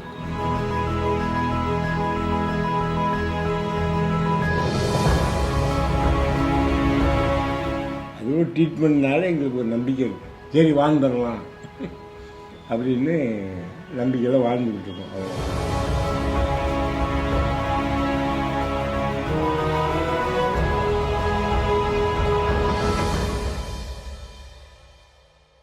ஸோ இதோட பெனிஃபிட், இது அவுட்கம் நாங்கள் ஆய்வுகள் பண்ணும்போது பார்த்தீங்கன்னா, எந்த சமூகத்து மக்கள் பயங்கர பெனிஃபிஷியஸாக இருக்காங்கன்னா, schedule cost and schedule try, பட்டியலின மக்களும் மலைவாழ் மக்கள் தான் இந்த திட்டத்தில் முழு பயனாளிகளாக இருக்காங்க. அப்போ என்ன வருதுன்னா, உழைக்கும் மக்கள் அவங்க தாங்க மருத்துவ உடம்புக்காக நாங்கள் மருத்துவத்தை அணுகுவது அவங்களுக்கு தடையாக இருக்கிறது பல காரணங்கள் இருக்கலாம். இப்போ அந்த தடையை தமிழ்நாடு உடைச்சிருச்சு. இப்போ அவங்களுக்கு நேரடியாக ஒரு மருத்துவத்துறை சார்ந்த செவிலியர்கள் வீட்டுக்கு போய் செக் பண்ணும்போது முதல் முறையாக அவங்களுக்கு நீரிழிவு நோய் இருக்குது, முதல் முறையாக அவங்க ரத்த அழுத்தம் இருக்குதுன்னு கண்டுபிடிச்சி அவங்களுக்கு மாத்திரை கொடுக்கும்போது அவங்கள உயிருக்கு ஆபத்தான ஹார்ட் அட்டாக்கு, உயிருக்கு ஆபத்தான ஸ்ட்ரோக்கு, பக்கவாதம், உயிருக்கு ஆபத்தான சிறுநீரக ஃபெயிலியர் நம்ம காப்பாற்றிடுறோம். அப்போ அந்த காப்பாற்றுற பெனிஃபிட் அதிகமாக இருக்குது. பெண்கள் நிறைய பேர், ஆண்களோட பெண்களுக்கான ஹோம் மேக்கர்ஸ். ஏன்னா ஆண்களாவது அவர் வீட்டுக்கு வேலைக்கு போவார், அப்படி வேலைக்கு போகும்போதே அவர் போய் செக் பண்ணிட்டு வந்த முடியும். இப்போ வீட்டில் இருக்கிற வேலை செய்கிறவங்களுக்கோ இல்லை பக்கத்தில் இருக்கிற விவசாய நிலத்தில் தினக்கூலியாக இருக்கிறவங்களுக்கு ஒரு நாள் விடுப்பு கஷ்டம். ப்ளஸ் அவங்க சுகாதாரத்தை அவங்க பார்த்துக்க மாட்டாங்க. ஏன்னா ஒரு வீட்டில் ஆணாதிக்க சமூகத்தில் ஒரு பெண்ணுக்கு தான் லீஸ்ட் ப்ரையாரிட்டியாக இருக்கும். இப்போ அதிகமான ஆண்களை விட அதிகமான பெண்கள் ஹோம் கேர் ஸ்க்ரீனிங்கில் மக்கள் தேடிய மருத்துவத்தில் பெண்களுக்கு தான் அதிகமான பெனிஃபிட் அடைஞ்சிருக்கு. முதல் முறையாக நாங்கள் பண்ண ஆய்வில் கிட்டத்தட்ட ஒரு 12,000 பேரை பல்வேறு மாவட்டங்கள் ஆய்வு போகும்போது ஒரு 42 விழுக்காடு தங்களுக்கு பிபி இருக்கிறதே தெரியல, அவங்கள வந்து கேப்சர் பண்ணியாச்சு. 37 விழுக்காடு தங்களுக்கு நீரிழிவு நோய் இருக்குன்னே தெரியல, அவங்கள கேப்சர் பண்ணியாச்சு. பிபியும் சுகரும் 2 கம்பைன் டிசீட்டாக இருக்கிறவங்களுக்கு ஒரு 37% கேப்சர் பண்ணியாச்சு. ஸோ அப்போ ஒரு ஜனத்தொகையில் 2.5 கோடி மக்கள் வந்து நம்ம வந்து ஸ்க்ரீன் பண்ணி அவங்கள வந்து காப்பாற்றுறது வந்து ஒரு health investment, human development investment, human capital investment. அந்த இன்வெஸ்ட்மெண்ட் வந்து தமிழ்நாடு அரசு செம்மையாக செயல்படுத்தினால யூஎன் இதை ரெகக்னைஸ் பண்ணி தமிழ்நாடுக்கு இந்த ஸ்கீமுக்கு மக்கள் தேடிய மருத்துவத்துக்கு யூஎன் இன்டர் ஏஜென்சி அவார்டை வந்து ப்ரைஸ் கொடுத்துருக்காங்க. நம்ம மாண்புமிகு நல்வாழ்வுத்துறை அமைச்சர் மா சுப்பிரமணியம் அவர்கள் வந்து அந்த பரிசு வந்து பெற்று வந்து முதல்வர்கிட்ட வந்து கொடுத்தாங்க. அதாவது ஒரு அரசு என்பது ஒரு திராவிட மாடல் அரசு அப்படின்னு சொல்லும் போது தமிழ்நாட்டு முதல்வர் வந்து அந்த ஸ்க்ரீனிங் ப்ரோக்ராம் வந்து தன்னோட மக்களை வந்து சுகாதார ரீதியாக பாதுகாக்கணும் என்ற முன்னெடுப்பு இந்த துணைக்கண்டத்தில் இல்லை, இந்த உலகத்திலே இந்த மாதிரி ஒரு mass screening program and treatment program இல்லை. 24-25 வரைக்கும் நம்ம ஸ்டடி பண்ணோம். மாத்திரைலாம் கொடுத்துமே இவங்க எவ்வளோ பேர் நல்லா ஆகிறாங்க, எவ்வளோ பேர் கண்ட்ரோல் ஆகிறாங்கன்னு ஸ்டடி பண்ணோம். இப்போதைக்கு நீங்கள் எடுத்து பார்த்தீங்கன்னா பிபி வந்து கிட்டத்தட்ட 17% நல்ல கண்ட்ரோல் இருக்குது. சுகர் வந்து ஒரு 16% கண்ட்ரோல். பிபி வந்து டோட்டல் பெனிஃபிஷியரிஸ் வந்து 1,73,08,450. சுகர் பேஷண்ட்ஸ் வந்து 1,24,16,468 பேஷண்ட்டுக்கு நம்ம தவறாமல் மாதம் தவறாமல் மாத்திரைகள் கொடுத்துட்ருக்கோம். இது ரிக்கவரின்னு சொல்ல மாட்டோம். பிபியும் சுகரை வந்து க்யூர் பண்ணுற வியாதி இல்லை, கண்ட்ரோல் பண்ணுற வியாதி. இப்போ வந்து அடிக்குவேட் கண்ட்ரோல்னு சொல்லுவாங்க. குட் கண்ட்ரோல் வந்து பிபி 17%, டயபிட்டிஸ் 16.7% வந்திருக்கும். இது ஐடியலான்னு கேட்டால் ஐடியல் கிடையாது. ஆனால் இந்த 0லேருந்து இந்த % வரதுக்கே நமக்கு 4 வருஷம் ஆச்சு. ரெகுலராக நம்ம மாத்திரை கொடுத்து அவங்கள பார்த்து, ஏன்னா பிபிக்கும் சுகருக்கும் உங்களுக்கு தெரியும், மாத்திரை மட்டும் முக்கியம் இல்லை, உணவு முக்கியம், பழக்க வழக்கங்கள் முக்கியம், எக்ஸசைசஸ் முக்கியம். இதெல்லாம் சேர்ந்தால் தான் பிபி கம்மியாகும். இது எல்லாத்தையும் என்ஷூர் பண்ணி நம்ம கம்மி பண்ணுறதுக்கே வந்து 3-4 வருஷம் ஆச்சு. இந்த 17-18% வந்து 100% ரீச் ஆகணும்.